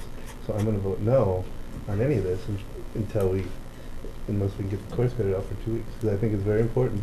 I mean, it's a great learning lesson, hopefully, that she took this time to do all this work, which is a lot of work. It's not easy to circulate a petition and get other people to take their time and come and speak. And then hopefully she doesn't learn that it doesn't matter what you do, we're going to do anything anyway. So. Yeah, Yeah. I absolutely hear what you're saying. I think we started this discussion about 7:40 and it's 8:22. So in my mind, at least, the only reason we had this lengthy, thoughtful discussion was because of a very important question raised earlier. We wouldn't, in my opinion only, we wouldn't have had any of this discussion tonight and asking a million follow-up questions if not for that being raised. So I absolutely value that. I think right person was here at the right time, raised the question. That's the lesson I would hope is taken away. I feel really good about that. I don't necessarily think it was as extensive as maybe it could have been, but nevertheless, definitely influenced board process tonight, and I think that's a really good takeaway. It doesn't always mean you get the outcome you want, but there can be also a lesson learned about, hey, I impacted this, people really thought about it, and that's a good thing. So I don't think it's a total loss if we don't drag this out further. My own opinion. All right, let's take the Okay. vote on the amendment to postpone the implementation for 1 year. Look, Peter, I just want to clarify that the implementation only relates to the 7 credits per year. Right. There are other amendments in this policy. It only relates To to the- Part B. Not to the civics test. Course credit Statute. requirements. Okay, roll call vote starting with Carrie. Yep, no, not to delay implementation. Yes. Yes. No. No. No. Okay, motion fails. Yeah. All right, now we're back to the main motion. If someone wants, procedurally, if you want to delay this consideration of this part till the next meeting, make a motion to, well, what's presented is 7 credits. You make a motion to change what's presented to 6, and then, depending on how that plays out, if we don't do that, then we can, I will bring this back, then we can pass it with the civics test. I'll bring that other amendment back for discussion next week. I that's what don't we agree need with to that do. process at all, because again, you're going to 6 credit, the No, issue we're at here 6 credits. is, do we want to adopt the 7 credits now? And the civics test requirement, language. We have to adopt the Yes, civics that's test. correct. It's required by law, so that is not the issue. The issue is the 7 credits. And the question is, do you want to postpone the decision? You can pass everything and postpone the decision on the 7 credits until the next meeting. And what I you're see, doing what is you're you're saying getting is, tangled. what And you're you saying is don't we can have approve to. this policy and then revise it back downward after the next meeting. No. What You are you would saying? postpone the. Postpone the Part discussion of B the requirement credits section. completely. That's what, You said make it 6. I'm not sure if I'm for 6 or 7. I think, I know. What I'm Okay. for is I want all to right, hear what hang she on, has hold to it, say. hold it. What I'm talking about is that we would pass the policy without revising that section. Mhm, Okay, right now, as presented, it's revised. mhm, So if you would make a motion to change as it's presented back to 6, mhm. then we can discuss, we can bring up at our next meeting, we can reopen that particular discussion by bringing this policy back, Okay. okay? That's the way I see to what do you're it. doing, The but I other- understand what The she's other, saying. the other way we That's could do not is we could approve it as presented and then look to revise it next meeting if we get more public input. That's another way to do it. there is a motion on the Susan. floor, so I don't. Yeah, the main motion is main on the motion floor. is on the floor. And I am just, reminding people. yes, right, thank you. And I'm just saying, if we want to postpone it, we need to find a way to do this. You Can we do it amend by it? an amendment. That's all what you do. That's what I'm asking for. But shouldn't we amend that, we just skip over B for now? No, we can't do it. We have to approve a policy. We can't approve a policy that has a amendment in it. We have to decide what it is we're going to approve tonight. Mhm. Okay? We can revisit it in the future, that's okay. We just need to decide what it is we're going to approve tonight. Okay. What language is, you can strike that line altogether, make an amendment to strike that line altogether, but then we have no policy in the interim about how many courses to take. Okay? Okay. Because this is going to replace our existing policy 423. So if Okay, we so take I would that language amend out, that we go back to 6 credits each year. okay, Correct. correct. That Okay. isn't what you want to do. Well, What is you it? just made that motion, right? I Yeah, know. no, Yeah. but he You're can, not going to get a second. That's not what you want to do. okay, so what you were doing is that you were wanna making a motion postpone that it. we, That's all you want to do. Right, but that's. that what we I'm leave saying. that part unchanged from our current policy. In other Right. words, straight what's as proposed and change that Right. back from as proposed, from, amend the proposal from 7 to 6. Right, correct. Okay, is there a second for that motion? There's not a second for that motion. Okay. We're back to the main motion. Roll call vote again, so since I'm sitting here, is that why you're pointing at me? I'll just say, okay, so the motion on the Any floor was further to any further approve discussion? the, policy 345.6 as presented. That's the Aye. motion that's on, that's the That's motion that's already so on ready the to vote, table. so aye. Wait, Just wait, call wait, for a wait. roll call Wait, hang vote. on. Alright, So how does- Hang on a second, hang on we're a going to second. vote. I just want to make sure there's no more discussion. So if this goes through, which Yeah. appears to, can she still bring her people next week? Absolutely, Sure. absolutely. And we can, of course, revise it if we want to.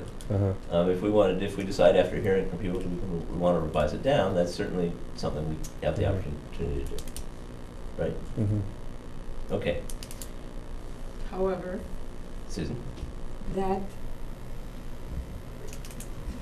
would make the principal's position at the high school ultimately impossible, because we passed it with the thought that in 2 weeks, we might change it. So what's he supposed to do in the next 2 weeks? That's a ridiculous position to take. I agree. I do think it's poor form to pass something with the idea that you're gonna let them Well, revise it. That's well, just- I just think well, that's well, poor practice. I It's understand just an that. opinion, that's I all. understand that, but we do want to, I understand that, but we do want to pass this because we have the civics test requirement.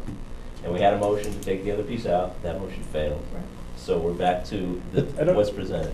So we could just vote on the motion as well. And we can just vote on the motion, that's Right. right. But the civics test requirement isn't due till next year. Yes, but they So- need to start, Right, what's the 2 weeks difference on that? I don't get it. It's kind of like asking what's the difference of 2 weeks if we make the back-to-school orientation happen in the middle of September instead of the middle of August. Sometimes you not just even miss the close to moment that. to plan something if you wait too long and the things that need to be put in place are marched forward without you. Yeah. And I'm worried about that because I don't. That would be a good I- analogy if the civics test was given in February 1st. It's not. the advising for the people who will have to be taking the civics test that's gonna be happening in the next 2 weeks, 3 weeks. Now, late January, early February. That's what's Okay. happening now, preparing for that. So to me, that's how I see it. All right. Does anybody have any other way to manage this? Can we vote to postpone it? You can make a motion to I make a postpone the motion that whole. we postpone this till next. Right, okay, there's a motion to postpone. Is there a second for that motion? Okay.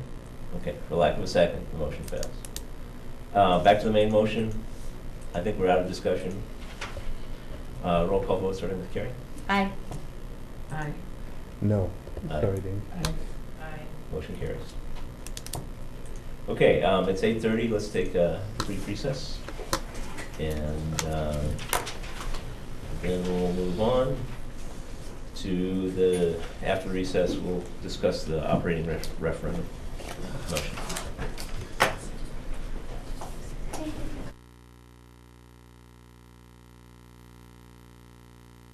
Unfinished business, item 2, discussion of possible approval of resolutions for an operational referendum to exceed revenue limits for April 2016. Dan? Okay, certainly there'll be discussion on, the following through with the dollar amount, but if you recall, the last board meeting, there was the motion, or approved by the board, to direct the administration to come back with the resolutions. And so what we have here really are 2 resolutions that would need to be adopted in order to go to referendum. The first one is titled, apologize, I just lost it here. Okay, the main resolution, which says resolution calling revenue for the referendum, excuse me. And so that one does not have any dollar amounts in it, it's simply calling for the referendum on the date of April 5th. And so that would be one motion to adopt that resolution to go to referendum. The second one is where you're gonna wanna have the discussion on what would be the ballot question and for the dollar amount, and for the years. And on that piece, there was discussion at last night's referendum committee about that for the sake of communication. You want your ballot question to be very clear to the public about what it is that we're asking them to vote on. And so there were originally 2 drafts written by our attorney, that one a little bit more descriptive than the other. And then as we looked at some other samples that seemed to be a little simpler, okay, we had asked, could we use language such as that? And we got back from attorney, yes, that was acceptable. Thank you for following up on that. Yeah. So on your board docs, okay, you'll see in the administrative contract the sample motions, the motion 1 for the approval of the resolution to, for the holding the referendum, and then you have choices on the second motion, and we've identified them as numbers 1, 2, and 3. Okay, as far as the difference.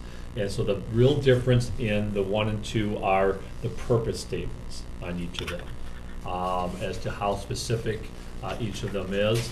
And then the number 3, we'll say, has been the one that was reviewed last night, and I think I can speak on behalf of the committee, that was their recommendation. It is also the administrative recommendation with regard to the wording, for the resolution.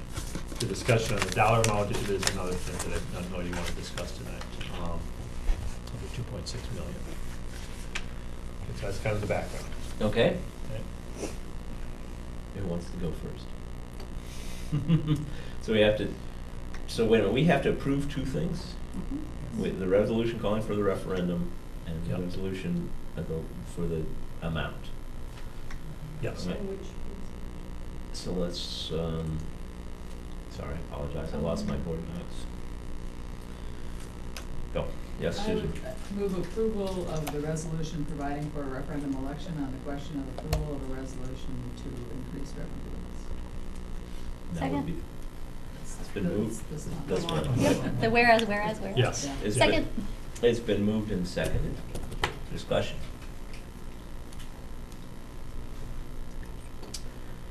All in favor? Aye. All opposed? Motion carries.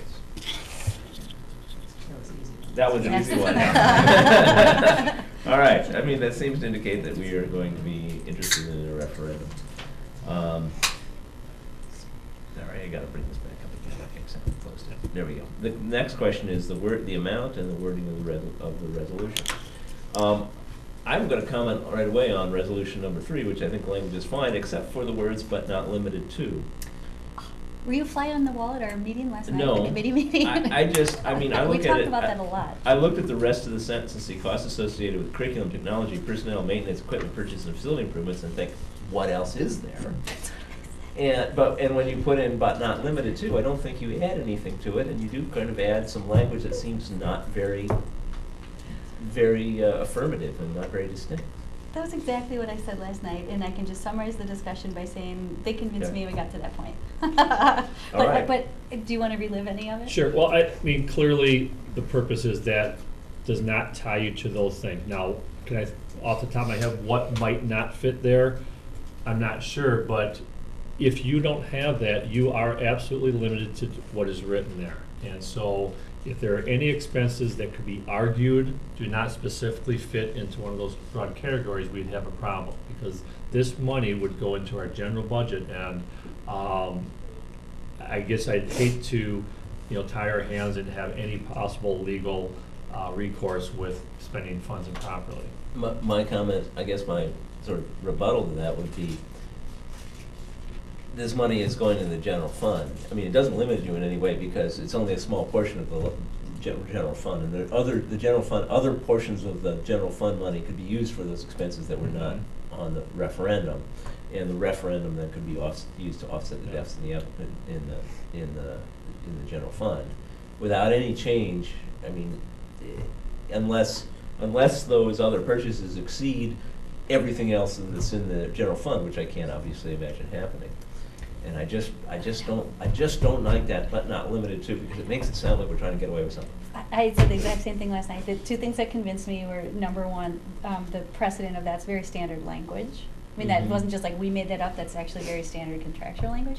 Mhm. And then the second thing is, Dean, who has a lot of experience with referenda, was very much on board with this. I mean, so kind of how the flow went was, this is not as weaselly as maybe it could appear to be. It's very standard language, and actually sort of sets the stage for those things and gives the flavor of these are the things that we're aiming to do. And so I said the exact same thing last night, and they got me convinced enough Right. to the point where I could live with it. Any other interest in that language, Susan?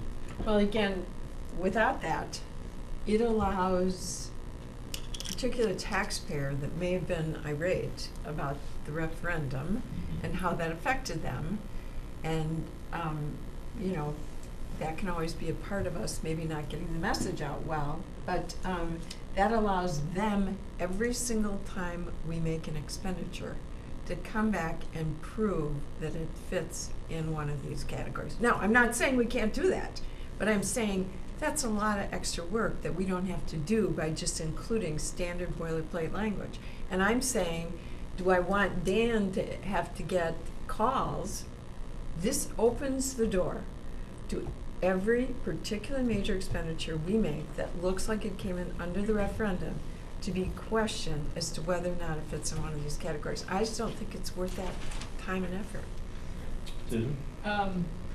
Yeah, a couple things. I first questioned whether we want to list all those things, and I actually do like the idea of listing them because I think it gives people an idea of what all we're paying for. I think that's a good thing.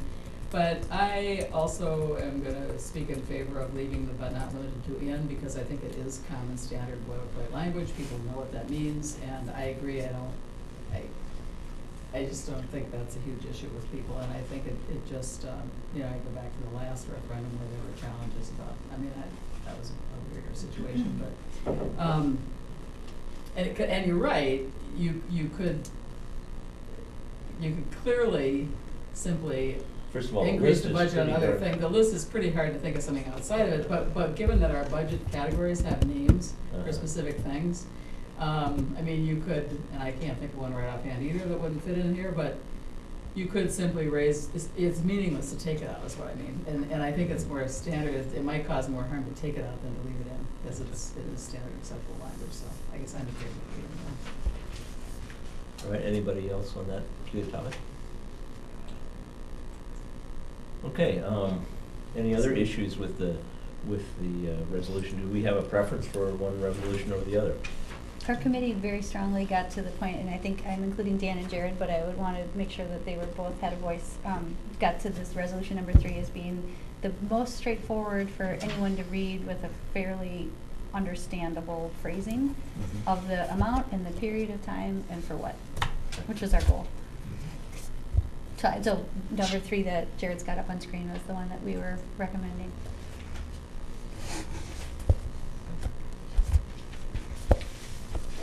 Next item, my concern is with the dollar amount. Oh, I'm sorry, Jennifer? Let's proceed with yours, and then I have a different aspect of the statement that I'd like to have for discussion. Thank you. My concern is with the dollar amount. I'm very, very concerned that we pass this referendum. And I believe that the larger that number, the more difficult it is. And the lower the number, the easier it is to pass any revenue generated referendum. And I'm a little bit concerned about the size of the number. Carrie? One of the things that was helpful to me when we looked at that last night was, I didn't realize that this was a doable thing, to go online and pull a list of all the other districts that are going to referenda right now. So we were able in our planning process to take a look at what else is out there in February, what else is out there. I mean, what are the amounts that people are aiming for? And I was pleasantly surprised to see that we aren't anywhere near the pie in the sky. We're in a very reasonable asking for needs that are well documented and could be supported. So that was helpful because sometimes you need that frame of reference of what's going on in other districts. And districts are really suffering and they're asking for a lot of resources. And we're asking for what we need. So that made me feel better, Peter, about this amount at this time. It's not just us here in a little bubble, it's also us in the landscape of the state of Wisconsin and what are we needing to provide. And we are by no means very, very well out there offering all kinds of crazy stuff. We're offering pretty straightforward. I mean, we're just recently adding AP classes and stuff. I mean, so when you see the list of what other districts are doing, it helps put this in a perspective that was useful and made the number, even though, I mean, that's not a number in my checkbook. So, I mean, it's an enormous number, but okay, from that perspective, but then on the other hand, in the context of what public education is, this is a very modest amount. And that was a helpful perspective for me. Jeff? What's the difference in property taxes for every 100 grand approximately? I've included in your. It's in the packet. It's in there. It's We the, give a $100, $200, $300 exemption. it's in the administrative Content. Administrative content. It's the Tax second to rate. last, second to last attachment. Oh, Yeah, no, you it's get like, locked in. okay. Sorry. It's I don't have it handy. per 100,000. It's an annual impact of $137. $137? Okay. So, 2.6, these are the scenarios So 2.3. for these Uh-huh. values of houses. So your committee did discuss this amount or something? Yeah, go ahead. So it's like $50. Previously, and then as Last part sentence. of looking at this, we're in this place of accepting that number. I mean, no one wants to have to go to referendum in the first place, so I Right. say we're accepting that number only because, dang. But this is where we're at, and this is what we need. I'm sorry, Jeff, you said? So it's like, I was looking at this, so it's like, if you do 2-3, it's a $50 difference, That's right. right? So, Yeah. right. So, do you really think there's $50 voters? I think that when we try to work our hardest to avoid, to minimize the tax impact, that it's understood and appreciated. I understand what you're saying, and I think that we have minimized for the most part. I think it's a yes or no vote for most people. Do I support the schools or do I not support the schools? I think building a building is a different story, but I think an operating referendum.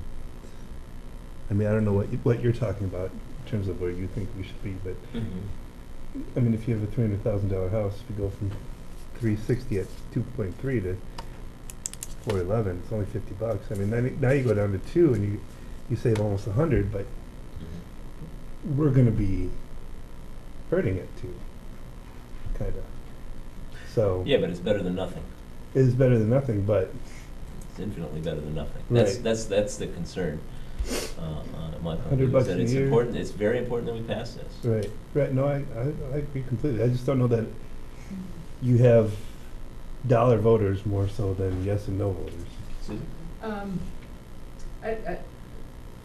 Given that this is an average, and it'll be a little different each of the 5 years, because we saw that roll out too.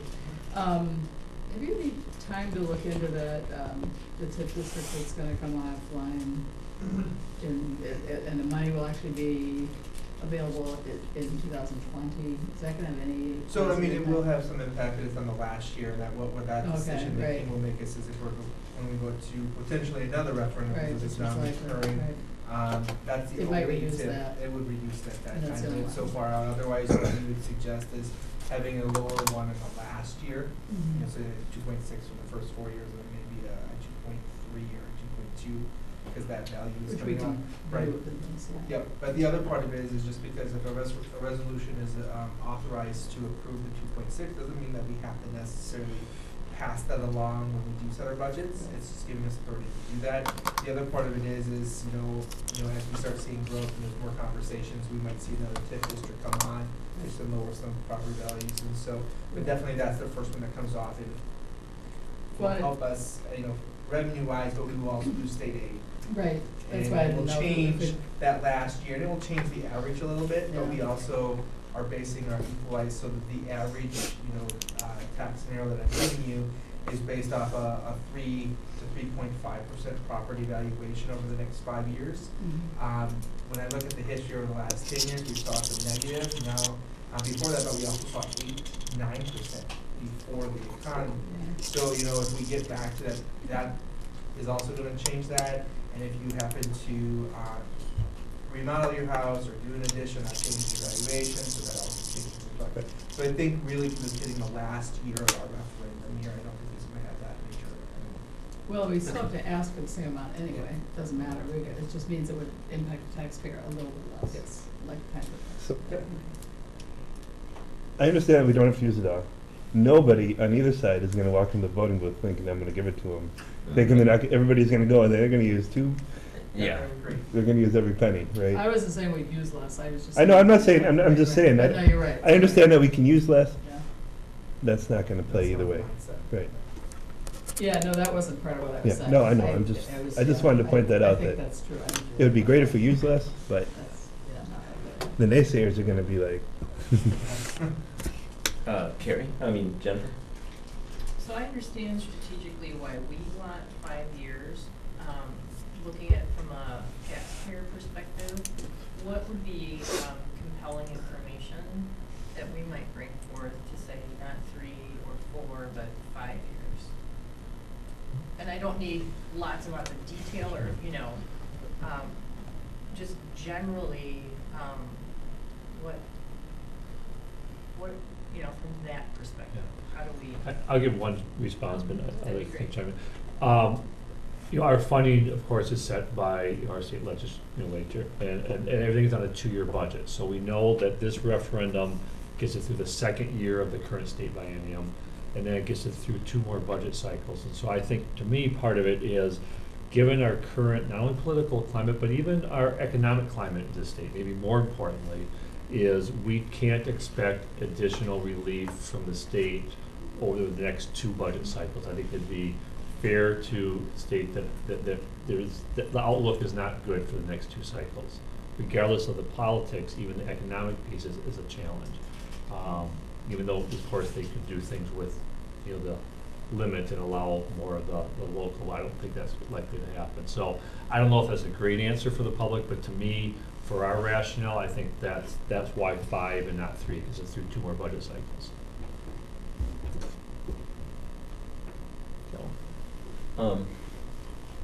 Jared, if you could correct me if I'm wrong on this, but at the start of next year, which would be the first year of this referendum, we would have a fund balance of 8.47 million, correct?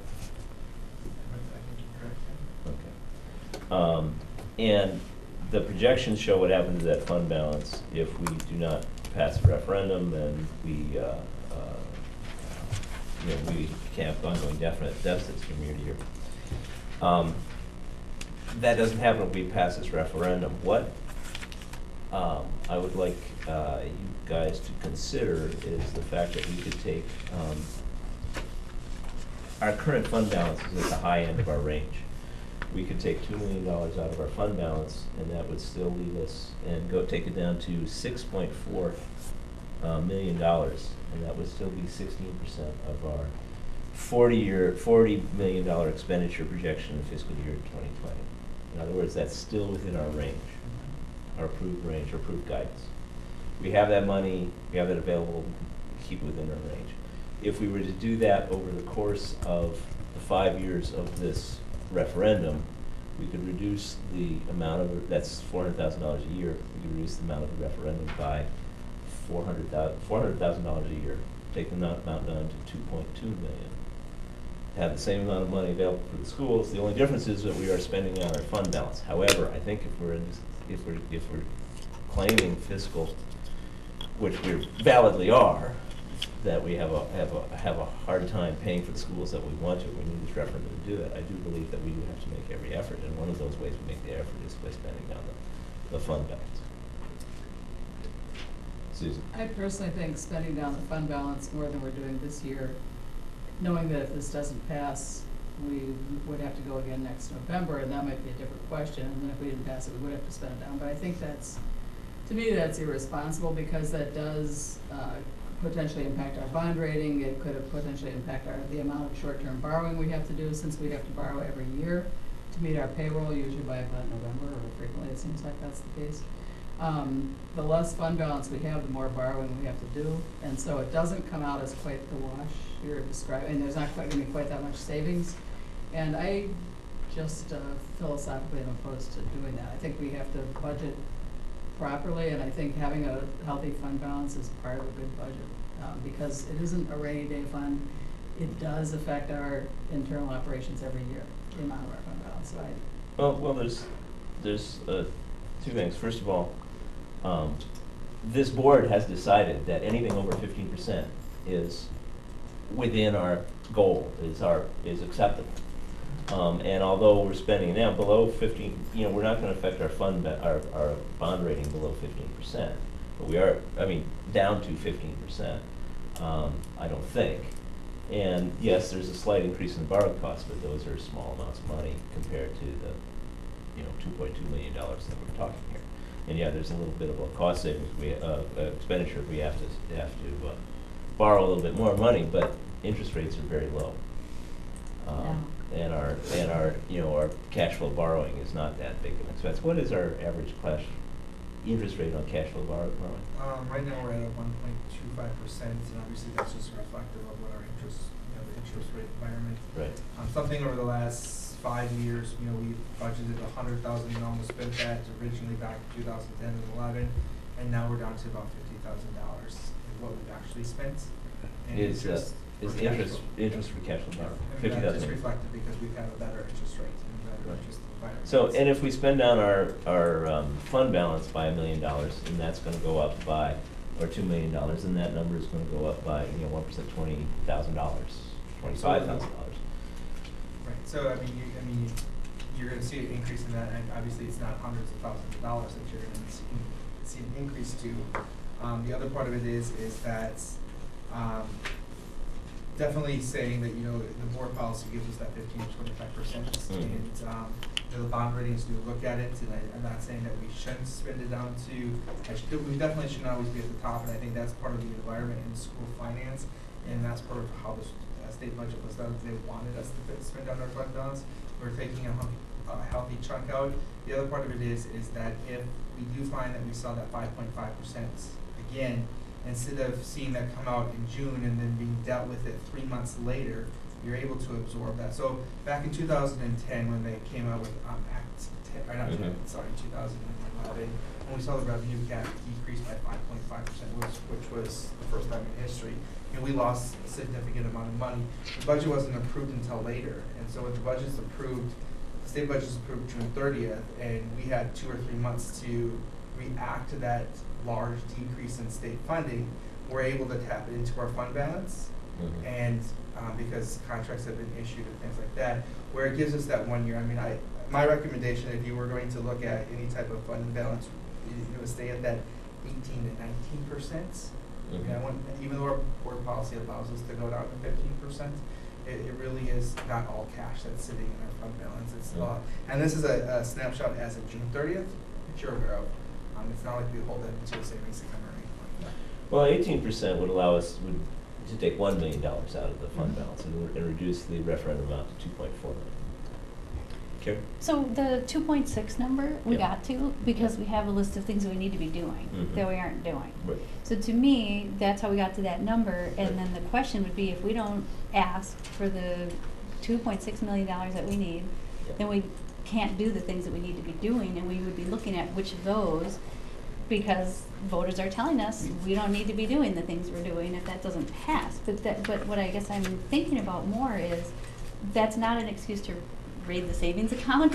It's not a savings well, account, I mean, but- you know what I mean? I'm Yeah. calling it that way in layperson terms. That's how I think Yeah. about it. It's our fund balance is to protect us for all kinds of other reasons. And so to me then, I think the conversation would be not how do we ask for less in our referendum and try to make up the difference from our fund balance or savings, Right. but more of the list that justify the 2.6, which we all have looked at, I feel like dozens of times, but it's not quite that many. Mhm. But we've looked at for literally months at this point. To get to that point, we all looked at everything on that list and we deliberately said, yep, yep, yep, yep, yep. I mean, it was not just like, Jared, pick a number. It was, this is like actually what we need for this. This is actually what we need for this. That 2.6 is a great number. It's terrible that we're at the point where we don't have that and we have to go to referendum. But everything on there was stuff we need to be doing. So now I'm not questioning how we got to the 2.6 because I was very well I'm still convinced proposing by that we spend the 2.6. I'm just saying that we fund it partly by taking our fund balance down to what this board has already determined is an acceptable number. I mean, rating I our heard fund. Jared say 18%, and I hear you Well, saying 15%. yeah, right, I'm going with the financial guy, and Sure, that's not. sure. See- Well, 18% is $1 million. 18% takes us, we can take $1 million and still stay within that number. Susan? So you're still proposing that we have a referendum for 2.6, because what we're asking for is permission to spend above the revenue limit. How we spend that money, I mean, how we pay for that is what you're talking about. Because it's kind of like my question about the TIF district. In other words, we still have to have permission to spend that much more above our revenue limit.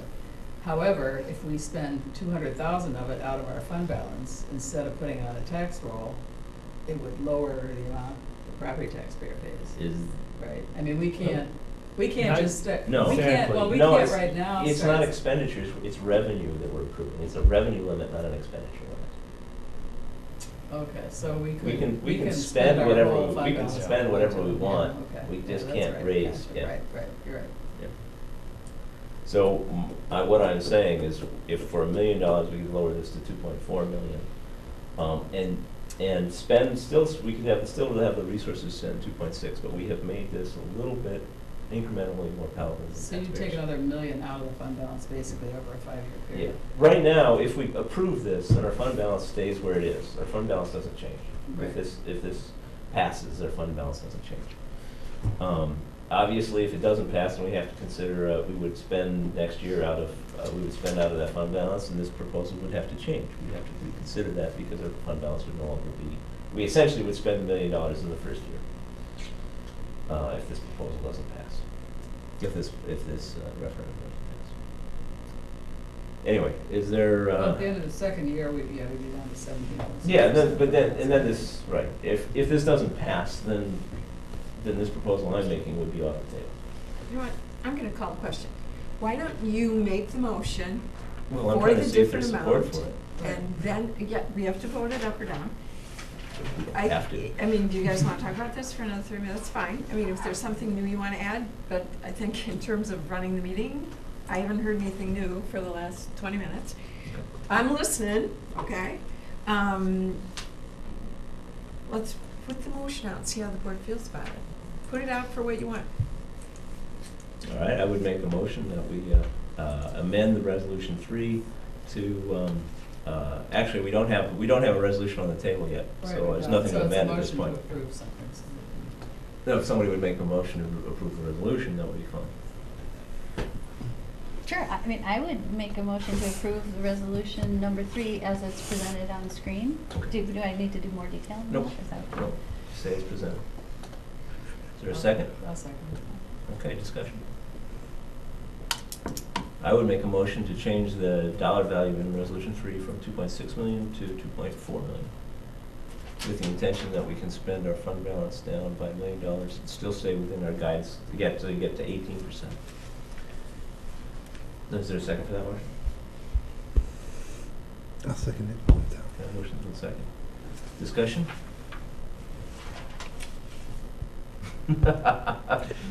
Jeff? Are we prepared, because we know what's coming down the line, even though we don't know what's coming down the line?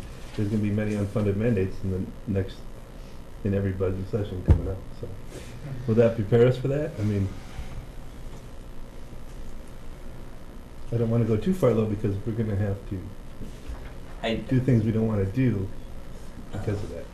I don't want to make I don't think we should be building in a cushion into this referendum based on things that we don't know are going to happen. I mean, if we have to find a way, if something new comes down the line, then we have to find funding for it, well, then we have to do that. But I don't think it's appropriate to build in the referendum and say, oh, we might have some unfunded mandates. Right. Don't think that's appropriate. No, I would agree with that. I think it's just we're gonna spend less on all these items, I mean, less on technology. Right. The big one, that was a big one that was here. And If something else it's an comes area in. where we have been pretty lacking, Yeah. so I guess I'm not in favor of that, but we can vote. Right. I've already said. I'm not suggesting that we spend less. Right, I'm not comfortable bringing the fund balance down, that's what I'm gonna say, I guess. Karen? No, she said what I'm ready for Susan Marion's point to call the question and. Well, Can we do any it? further I discussion? called it, we had no motion. I like the idea of it. All right, there's a motion to amend the amount. All in favor? No. Aye. Aye. All opposed? Nay. Motion carries. Motion What? doesn't carry. Sorry. Motion doesn't carry. See, Yeah, it's motion too doesn't late carry. for Peter. All right, we're back to the main motion. Okay, how about we make an amendment to motion to 2.5 and cut them You can do that if you like. in? I just did, I think. Is there a second? I'll second that. That was option 2. Was it option 2? Yep. 2.5? Yeah, 2.5. What would we like this way? Any further any discussion on 2.5, the amendment to changes to 2.5 million?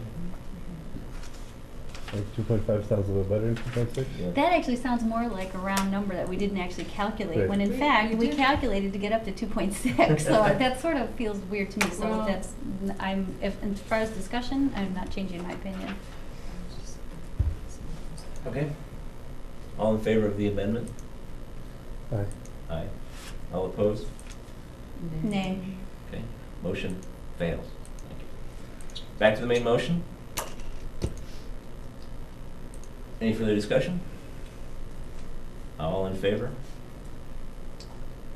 This is the Signify question by- of, by yeah, saying Yeah, aye. saying that was- should we just do roll call vote this one? 'Cause If this you want, is- if this somebody is asks our- for a roll call vote. Right, yes. a roll call, because this is our board saying, we want to go to referendum, this is the question we have Mhm. determined that we need at this time for that many years. Mhm. So roll call vote, and I don't mind going first since now I understand if I Okay. call for it, I have to say. So my thinking on this is yes. Okay, Susan? Aye. Jeff? Aye. Aye. Aye. Motion carries. All right. We have a lot to do between now and April 26th. April 5th. They're gonna yes or no. They aren't gonna tell I do appreciate the work on Jack, I that. agree with that. The wording Jack, thank you is for much bringing better. that on yours. Good point. I mean, Mhm. they need to live with it. Item 3, discussion and possible approval of Neola 000 series policies. At our last meeting, we postponed these, so if we want to start, we should start with a motion to take up the postponed motion. I, make sure I do this right. Yes. I would make a motion that we take up the postpone. Whatever, like, Whatever, yeah. Take but up approval of the Neola. Again, approval, I would like to make a motion for approval of the Neola 0000 series with the committee amendments. As If you postponed do- at the there's last. actually- Hang on a second. If you make it to just take approval, then we start over with the original and we undo all of our work from the last meeting. So what you want to do Yeah, is make a okay. motion to take up the postponed, Okay, that's what I was trying to say, Right. postponed. the postponed action on approval of the Neola policies. So moved. Okay, Second. it's been moved and seconded, all in Playing myself to favor? keep shouting that out Aye. tonight. Aye, sorry, I almost forgot the second. So we brought them up and we discussed them and we made an emotion, a successful emotion to amend and restore item 67 under the Community Engagement Committee duties. And so that's the emotion of the current status of the policies as presented, as we're discussing them right now. So are there any other amendments that we'd like to consider?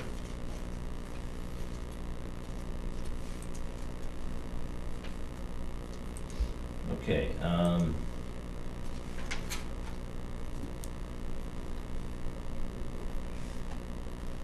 on a second.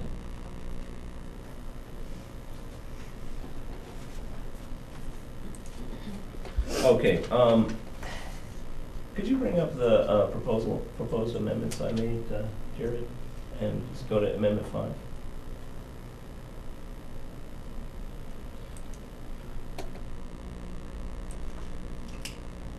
This is the question here is there's a policy language on special meetings, and the last sentence says, as proposed, a special meeting may be held without prior notice if all board members are present and consent, or each member consents in writing even if she does not attend.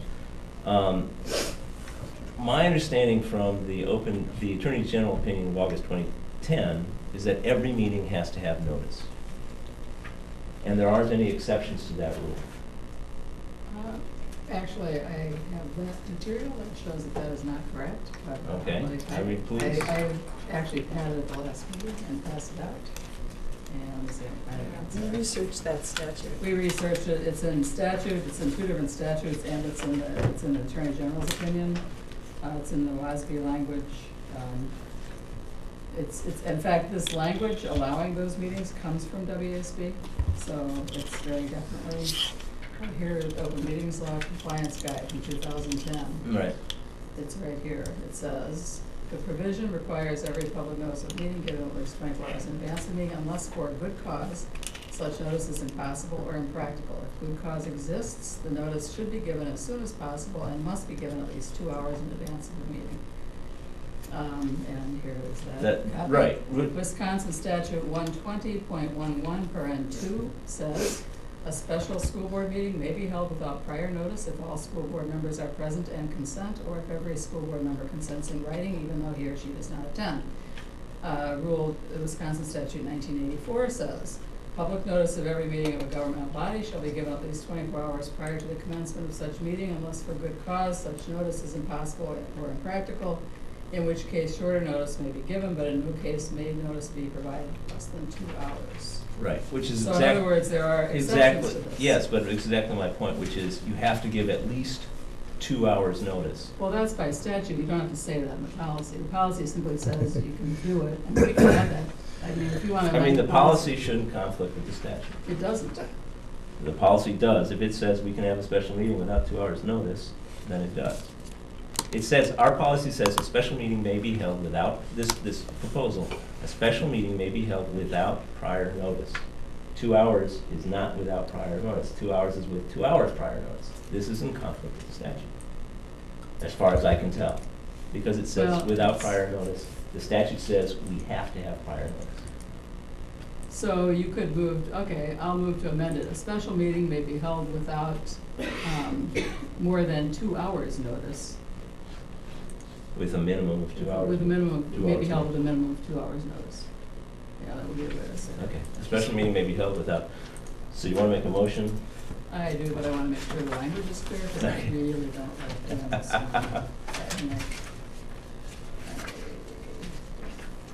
also want to finish this thing, so. Mhm. All right, I'm just trying to find where I have your list written, because no, it's earlier when I last time heard this. So I just want to write it down, so I'm more clear. Yeah, I can make I'll make the motion, which is to amend 0165.3, special meetings, to add the language, a special meeting may be held. Actually, we should have language about if a good cause exists, right? No, I don't think you have to have all that language in the, I mean, it refers to the statute. We have to follow the statute whenever we call a meeting. So the fact that we say we can call one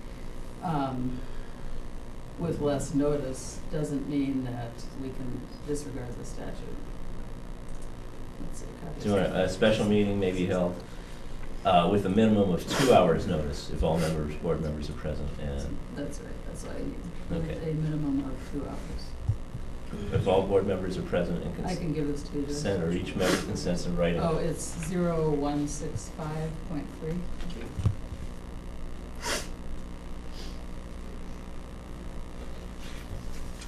Okay, so you That so you. sentence is directly out of the statute. It is, I know it is directly. I know, but So that's why I'm not sure why, I don't understand why, but you made that And- motion, and so the- wait, the proper thing is to get a second. that's for the right. motion Is there a first. second for the motion? I'll second. It's been seconded. It's been moved and seconded. Okay, so now we can discuss. The reason I think the statute disagrees is because the open meetings law statute, it was passed after the original statute. And the open meetings law adds the requirement, as I think is what happened. But maybe I'm wrong. All I know is the open meetings law says no exceptions. Except if you have two statutes, Mm-hmm. then, and there are two state statutes, Mhm. you don't necessarily look at the time period during which they're passed. If there's a conflict of law, then they're gonna go back and revise that statute. So obviously, based on the other statute that's being cited, there is not deemed to be a conflict between those two statutes. Again, did you see how research that- this? Well, Yes, I did. so could we could just vote on we it. did too. I mean, we Yeah, don't I understand, and as far as the compliance guide says, no exceptions. In the compliance guide, which is not the statute, the compliance guide is the Attorney General having distilled the statutes down to what he believes is the requirements. He explicitly says, no exceptions, minimum of 2 hours. It says, Okay. in his opinion, and I got this right out of his compliance guide, no Wisconsin court decisions or Attorney General opinions discuss what constitutes good cause to provide less than 24-hour notice of a meeting. That provision, like all other provisions of the open meetings law, must be construed in favor of providing the public with the fullest and most complete information about government affairs, if compatible with the conduct of governmental business. And that cites that statute. When there is any doubt about whether good cause exists, the governmental body should provide the full 24-hour notice. So it just goes on to explain that. It doesn't really elaborate on it. So it really doesn't, well, anyway. But it's. I'm comfortable with the original Yeah. language. There's been a motion to amend it with a minimum of 2 hours. That's been seconded. That's what we would vote on. Right, And I don't have exactly. anything more to say about it. Anybody else have anything? Okay, we'll take a vote on the amendment to 0165.3. All in favor? Aye. All opposed? Nay. Okay, the motion fails.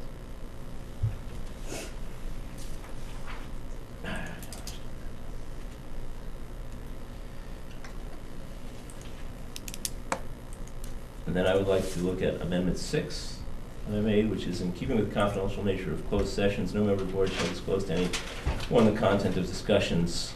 And then I would like to make this amendment relevant to specific statutory exemptions, to add language relevant to specific statutory exemptions for which the meeting was called, as long as the reason for calling the closed session continues to exist.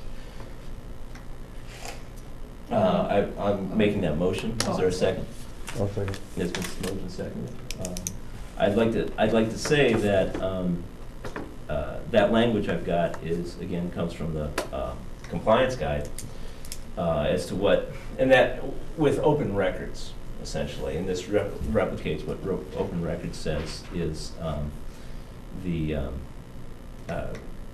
open records, actually both open records and open meetings say you can have a closed session. In my view, a closed session doesn't give us doesn't give us license to hit. I mean, it only gives us a very narrow license. There's a public interest in disclosure, and it only gives us a very narrow license. And I'd like, I think, our policy to sort of reflect what that narrow license is. And I'll give you this example. If, for example, we have a discussion in closed session that is outside what is legally acceptable in closed session, we're required, under our oath of office, to report that violation.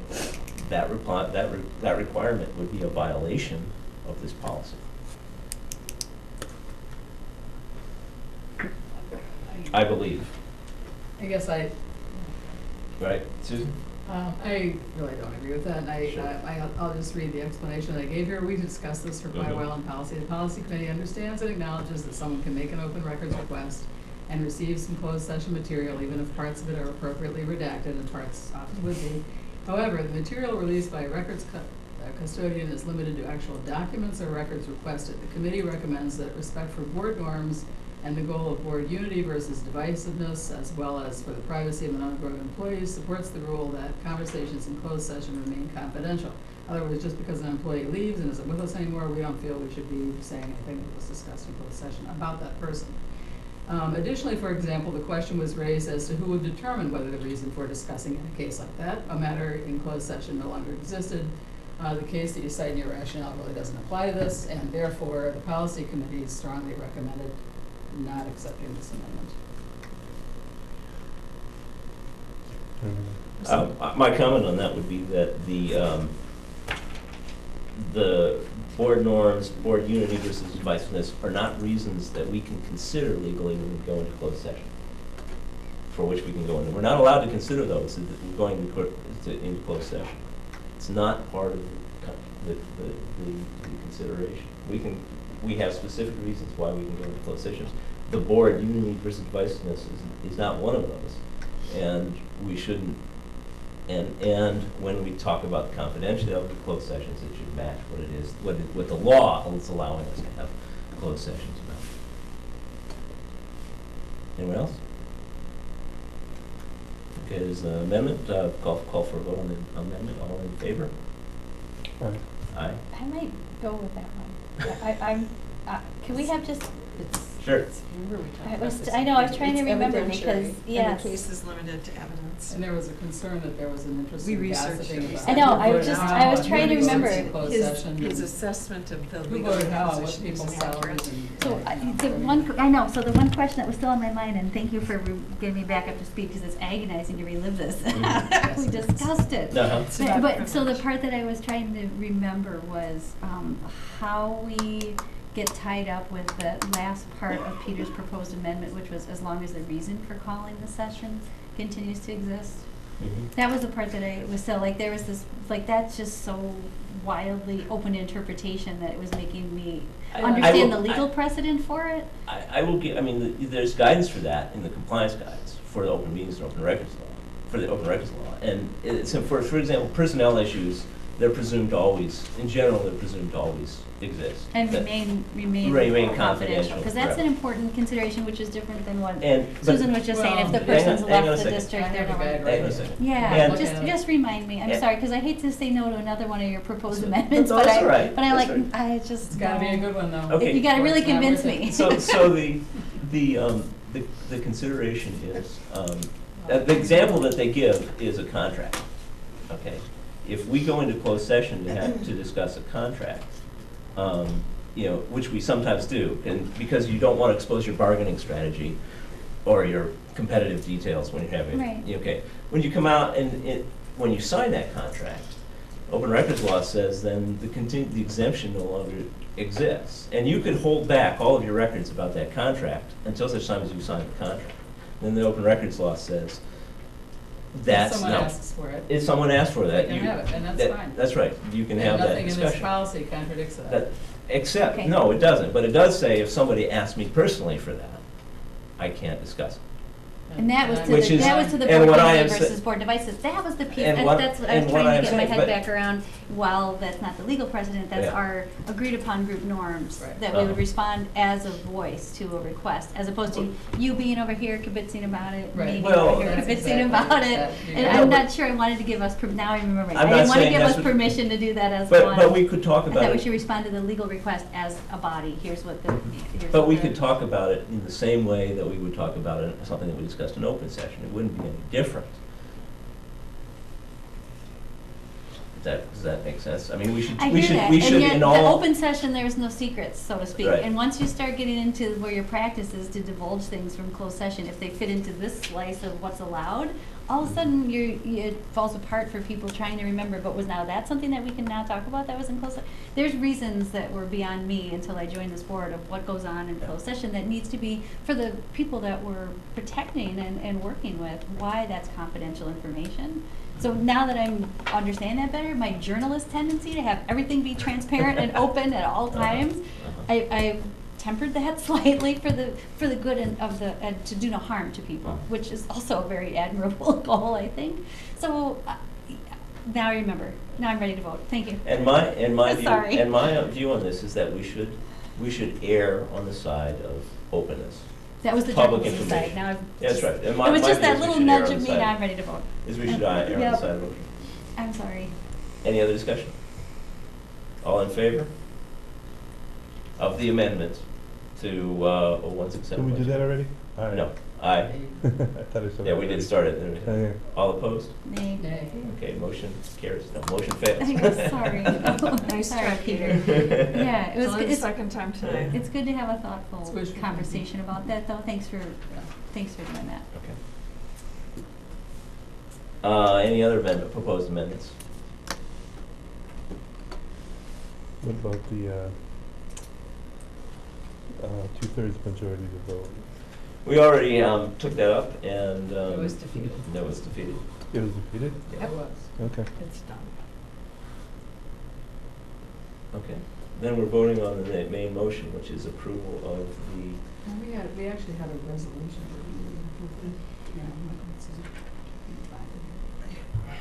Is it the one that says bylaw adoption That's right. resolution? Can I read it out loud? Does the whole Sure. thing have to be read out loud? No, actually, you can just say you'd like to make a motion to approval of the. Actually, I'm sorry, I take that back. That's already on the table. Okay. Okay, then we're discussing the main motion, which is approval of the bylaw adoption resolution. Okay, awesome. Okay. I have a question. Yes, Jeff? Currently, the supermajority Mm-hmm. is in practice. Yes, So we need a supermajority to pass this, that's correct. even though you don't want to go forward with it. I'm sorry? Even though some people voted to not go forward with that, going forward. Correct. We'll take a vote. That Right. vote requires a supermajority. Right. Which tonight Is is. that of Tonight 6 or is 7 four. people? Tonight is 4. It's a present, is the way it's Oh. worded as It's present. present, so it would be 4 votes Okay, versus 5. 5. Okay. And yes, Dean is not present. Right. It would be 4 votes.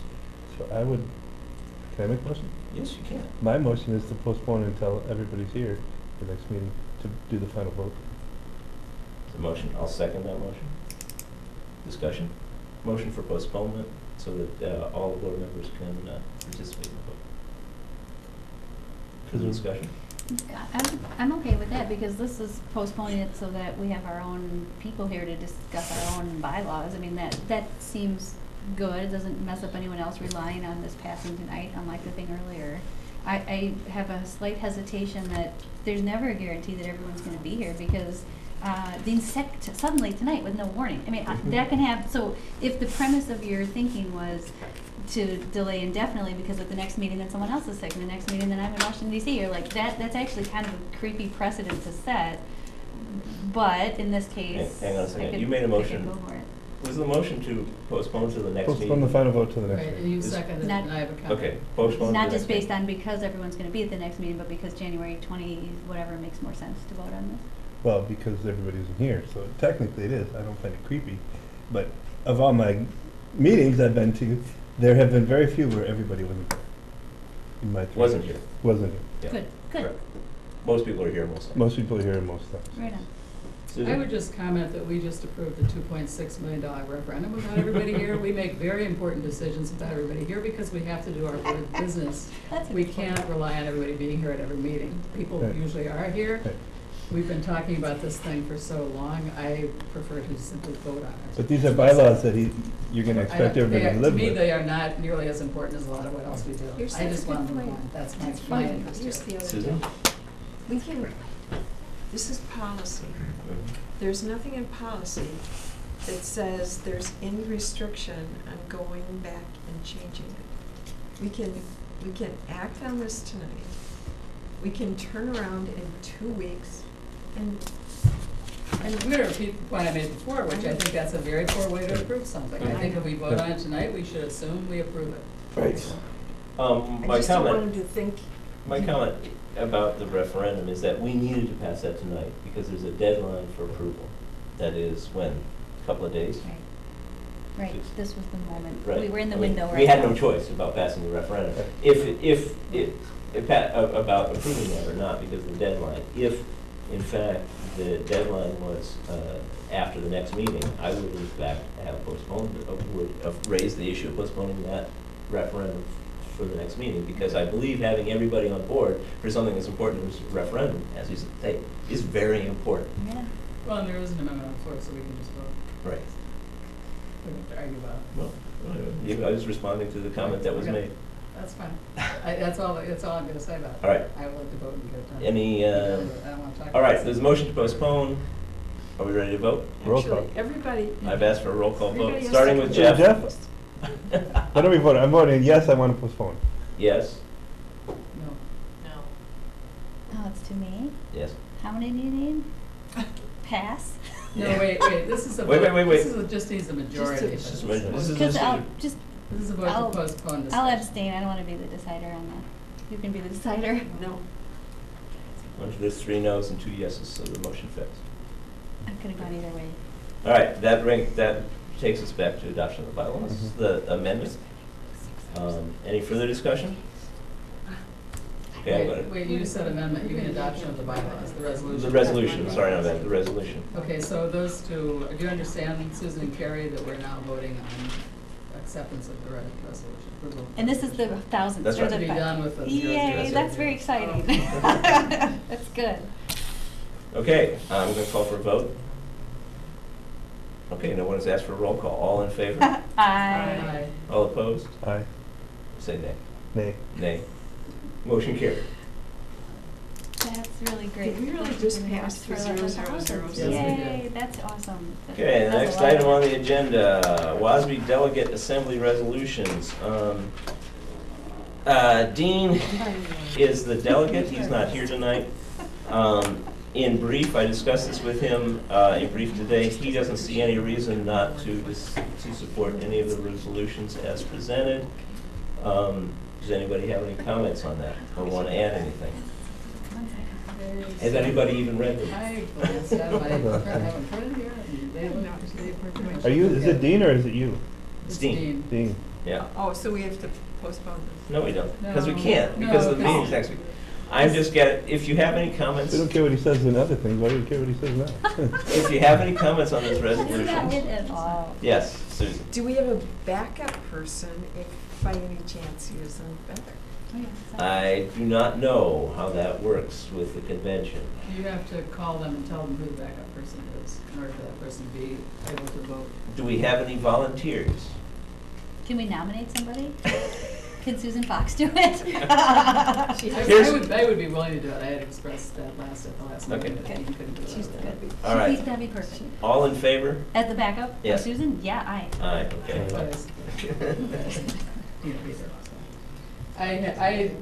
I'm gonna take Dean's word for it, and I have skimmed these, and they all seem fine to me, so I don't see any reason not to support I would it. say just go against whatever the crazy guy from West Bend says. All right, next is the continuous improvement plan, board continuous improvement planning process. If we could bring up that, yes, that's right there. That's right there, that's fine. These are the, when we went through them, I asked everybody to pick 2. Those are the ones on which we got feedback. 2 stand out, 6 which is items number 1 and number 2 on the list. We have a schedule and protocol to review data and program performance. And 2, we regularly communicate our academic priorities, academic priorities and achievement results to the parents and public. I think there's an and missing out of that sentence. I like those 2, and I would like to make a proposal that we take these 2 up and at our next meeting, work on a continuous improvement plan involving those 2 items. And if somebody else has something else that they think is important and would like to take up instead, now's your chance. Susan? I like those 2, but I also think part of the reason some of us are feeling we're a little behind is because we don't do this 3rd one. So it seems to me, well, since both 2 and 3 are about communicating, could we communicate about both those and roll them into one, or is that too complicated? That seems fine. Communicate our academic and Taking financial. the first 3 to work on is what Right. we would be doing. Then we'll Yeah. combine those 2. That's a good suggestion. Yeah. You had your hand up, Susan? Well, again, I just have a question about protocol, Mhm. and I think it's particularly relevant in the context of the fact that we were just willing to put a vote off because there was a board member that wasn't here, postpone a vote. We weren't that willing. Yeah, but so we were all asked to participate in this, and in fact, one vote may have made a difference in 3 and 4, the placement of 3 and 4, but as board president, you chose not to participate. That's correct. So how would you have dealt with me as a board member if I had chosen not to participate? That's fine. No one's required to participate. I chose not to participate because I wanted to make this, I didn't want to be pushing my particular agenda. I wanted to make this a board decision. So I, That's as why there's president. 7 of us, Peter. That's why. You're one of 7. That's right. You're not one. But if 7. anybody chooses not to participate, that is certainly up to them.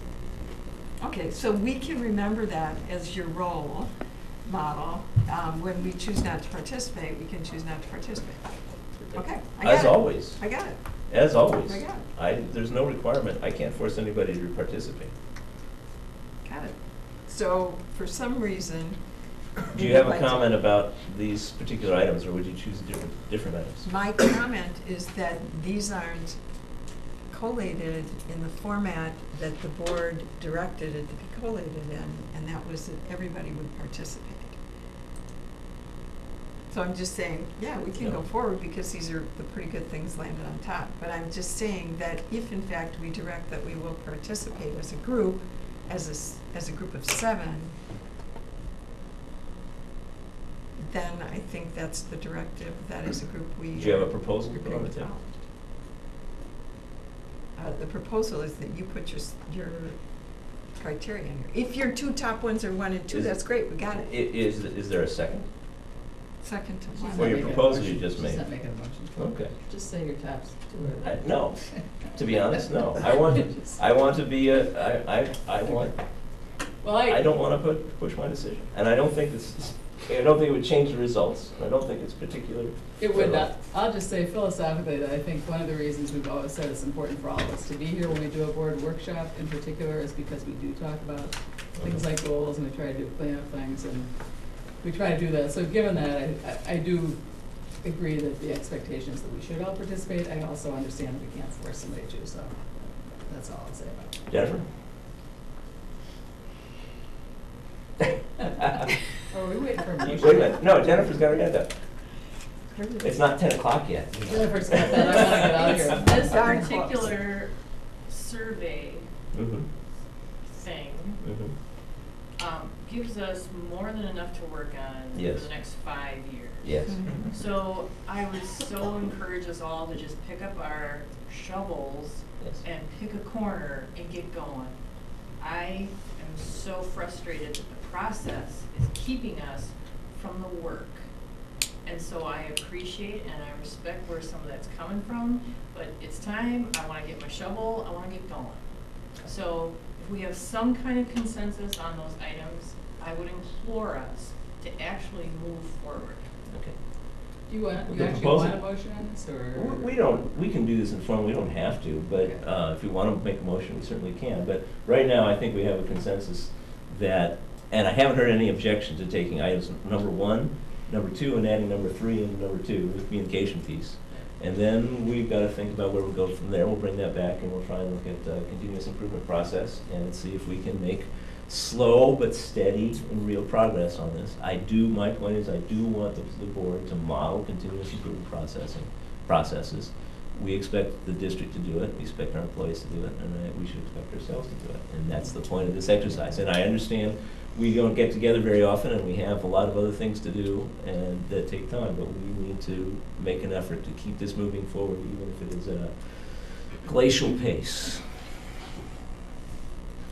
All right, so is there consensus? If there's consensus on that, we can move ahead. Okay, thank you. We did that. Open enrollment recommendations under new business. So, Jeff? I don't get what we just did. We did nothing, really. No, what we did was we came to consensus on what we're going to, our next step to move forward with the continuous improvement process. Okay? There's bad numbers. What's that? I was gonna say, a couple of those could be assigned to the community engagement committee, pretty much. Like, Yeah, we're just gonna give them. We didn't give you guys some jobs, that's what we did. No, what we should do as a board is we'll meet and we'll have a discussion. And some of it is gonna be, send some of this question over to community engagement. Yeah. Or send this over to, It's not right. that's part of it. It's, what's important is we get it done. Right. This is not a determination of how we get it done. Sorry, Jeff. We did, All right, discussion of open enrollment recommendations. Okay, I'll start. So statutorily, the board in January must determine how many seats we will open for this, for the 16-17 school year under open enrollment. Now, the law's changed for this year in that we need to identify not only how many total seats, but also specifically how many seats for students with disabilities in each grade level.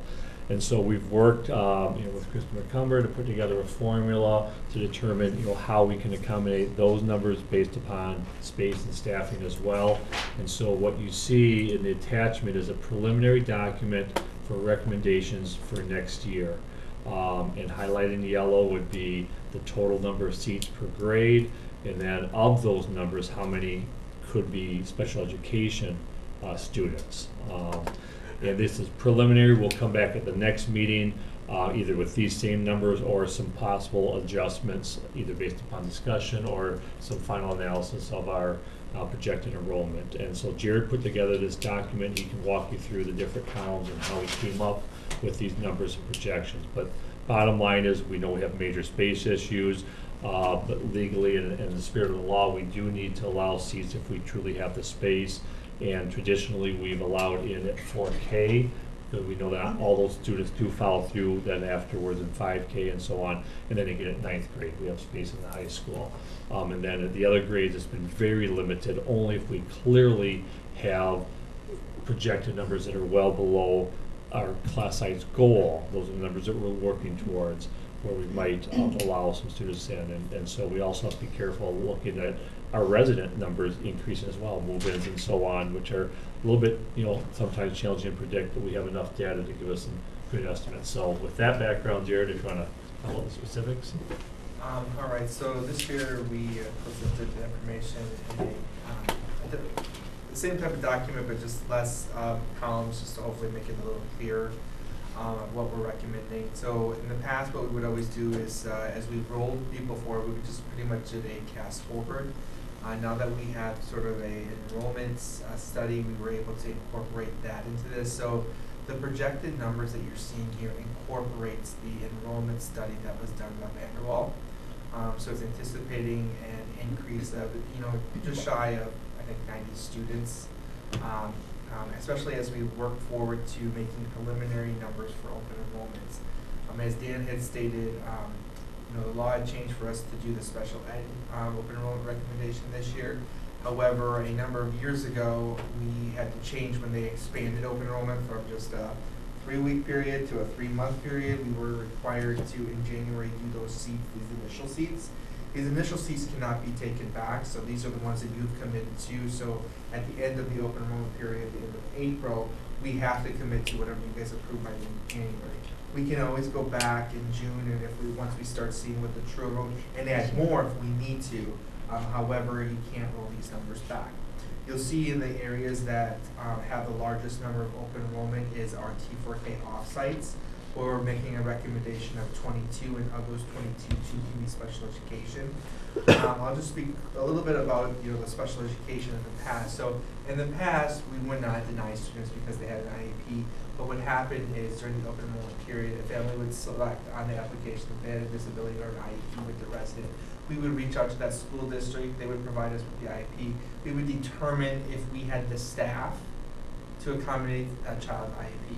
If we did, there was no additional cost to that resident district. However, if we didn't, we would have to come up with the cost. So if it was saying that the student needed a one-on-one aid, and we didn't have a one-on-one aid employee already in the district that could serve that student, we would then tell the resident district that this is the cost. So anything above and beyond, then we would bill that resident district. So as long as there was room in the buildings, you really, and you were billing out, we couldn't necessarily deny on a special ed. The resident district could technically deny because it could be a financial burden. They already have someone, their program, they don't need, they're coming here, they need a one-on-one aid that we would have to hire. There they already have that, so there won't be those additional costs.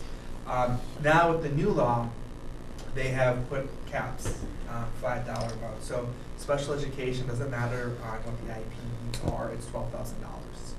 So that's the reason that we have to identify this space, because we don't have the ability to say, oh, we'll just go add another teacher and bill the rest of the district. So working with Crystal, as Dan has stated, went through the formula depending on what our current staff are, how many more students could potentially be added to their caseloads.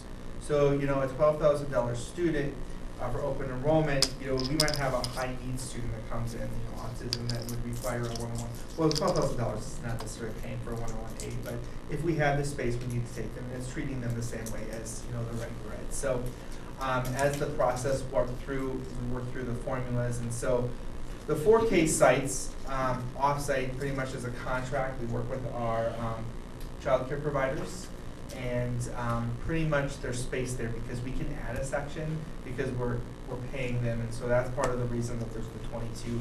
We look at the school census, obviously that's just whoever's a self-report, and then Connie and Ann do a pretty good job of really having a pretty good idea of who's out there.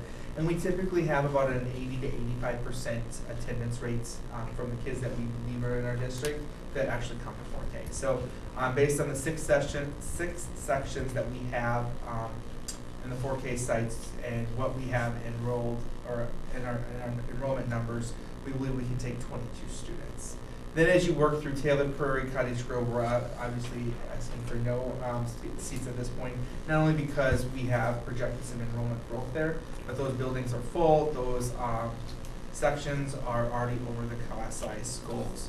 The other part that when we're looking at the number of seats that we have open, we look at the Board of Education class size goal. So the board has a policy out there that says, this is your class size range. You can technically maybe go up to 24. However, we would like you to sort of try to get that class as close to school as possible. So DPI requires us to have that indicator, and that's where we're at. So as we look through, is how many open enrolled students can we bring in to get us up to that class size goal?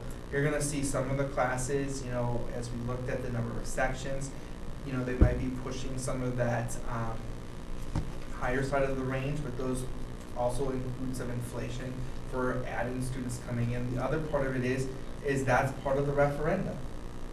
When we talk about the personnel side of the referendum, if we want to make sure that we're back at that goal, we could potentially add some other staff to bring that down.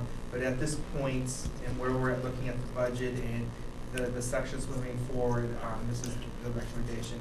Winnica is the area that we can possibly take some additional students. Obviously, it's very limited. We can take 3 students in the 4K program there, and then 3rd, 4th, and 5th grade has a handful of students. No open enrollment applications are at this point being planned to be accepted at Glacial Drumlin. Not only our classes are at that class size goal, our building is at capacity, and I think you would recognize that based on the over 900 students in that building currently, and based on the architect's things that information they provided. And then, we have always taken a fairly decent size open enrollment class, the numbers for the freshmen coming into high school. This year, you know, right now we're recommending 40. In the previous year, like last year, we were at 45. This year, we're at 40. The year before that, we were at 25 to 35. So we did, you know, have some conversations with Paul. You know, this might be an area that potentially could be adjusted before the end of January when we come back. It's one of those areas that typically we don't see a large number of residents come into the districts. However, this year we saw a large increase in our resident enrollments in 9th and 10th grade. And then the way that MG21 works is they actually need to apply through the high school, and then they can be transferred over to MG21, or if there was a special request, then the board would make the request. So as of right now, we are making the recommendation of opening up initially 74 spots, and of those 74 spots, 18 can be special education. I looked quickly at last year, and we technically approved about 123 open enrollments. So, you know, obviously going into it, making sure that we know what our enrollments are and looking at what we potentially could see as growth. Gary? The concern that I have, I guess is how I frame it, about 22 spots at 4K in our T4K offsites, is knowing that Taylor Prairie is already, if not at capacity, I think like within, you know, a breath of being at capacity based on the stuff we're doing with the long-range facilities planning. Can you remind me how many of the 4Kers stay in our district then for kindergarten, first grade, or was it the deal that some of the 4K students left Monona Grove after 4K? Because that's really weighing heavily on me, thinking that we wanted to add a whole classroom cohort at 4K and then potentially have another whole classroom to deal with in kindergarten and first. I don't remember what the percentage is, but we do have a fairly good number of students that come here for 4K because of the daycare settings, and then they go back to their resident district because of the full-day kindergarten. But the other part of it is that when we look at the numbers of where the kids are, most likely where those open enrollment spots would happen would be placed in our offsites here at Winnequa, not necessarily on Cottage Grove, because you know when we look at the number of sections that we have in Taylor Prairie or in Cottage Grove versus what we have in Monona, those we could house some more. This year we did go down a section at IHM for open or for 4K. The 6th section would be potentially placed back there. So then that's where, and so it's more here in the Monona area where the open enrollment students would most That likely is a huge be placed. relief to me. Thank you. Yeah. And now obviously Okay, when the good. applications come in, people can make those requests, and we work with Connie. They'll have their early learning fair at the beginning of February. So we'll have a better idea of where everybody wants, resident-wise, where they want to be at. And then based on that, since open enrollment doesn't end until the end of April, the open enrollment kids fill in the gaps. Yeah. Would they open enroll to us and then we place them at the site Yes. within the district? Yes. So it would be possible from a marketing or public relations perspective to explain that the open enrollment opening would very likely be in Monona, just up front, as people are in that process, which that makes me feel really good. And Thank you. we do that. Right? And so just reminding myself Yeah. that it's not just automatically then having that section carry through And kindergarten. that's why first grade. sometimes you'll see that we'll have a number of applications, and they might be trying to get into because they go to a daycare in Cottage Grove. We'll place it in Winnequa, then they'll deny open enrollments, and then we go to the next child for students. Thanks. The other thing, let's be clear, we're not adding more than we've had in the past at 4K. Oh, So, right. and the other thing is, we haven't done much of this, but I had that discussion this morning with Connie to keep in mind that whatever we have in 4K, when we move those students then to 5K, just because they were at 4K at one of our community sites in Cottage Grove, if they're an open enrollment student, we can place them wherever. So we could just as well place that student in 5K at Winnequa if that's where we have more space. I remember that. Thank you. And so that's something we need to always keep in mind too, because of the issue at Taylor Prairie. Yeah, I mean, and thank you for that, because I'm also mindful of the number of transitions for kids and cohorts, and if Yeah. they started with a cohort in their 4K, If they started They might in be thinking Taylor of- Prairie in 4K, we certainly Right. wouldn't likely move them out, but if they're one of the off the Yeah. community sites, sure. yeah, and they're gonna have to move to a new building anyway, Yeah. so, thank you. Yeah. All right, this is preliminary. I have a question. It gets revised actually a couple of times, doesn't it? Typically, yep. And right, and then we can always open up more if we have the space, which is what we did this year. Sort of in the summer, we opened up Yep, additional in spaces. July, we opened up some additional I have a space. question. Yeah. With the new special education recommendation, That's a lot of special education students. Are we prepared for that? Which is great. I mean, I think it's great that we Right. take out special ed, but I'll ask Krista. Yeah. I mean, there's a formula, staffing formula Okay. based on their case loads and stuff like And that. that's what really went into the decision for all, K-8, which we didn't have school Right. students, is really to maintain our current level of staffing. That high school number would require some additional staffing, most Right. likely, but that's part of our ongoing discussion about what we need district-wide, so. because we could technically get 10 kids that need 10 It's a fine individual balance aides, right? between, what we do have available and not Right. being discriminatory, and then managing it really thoughtfully with what we Right. can actually accommodate.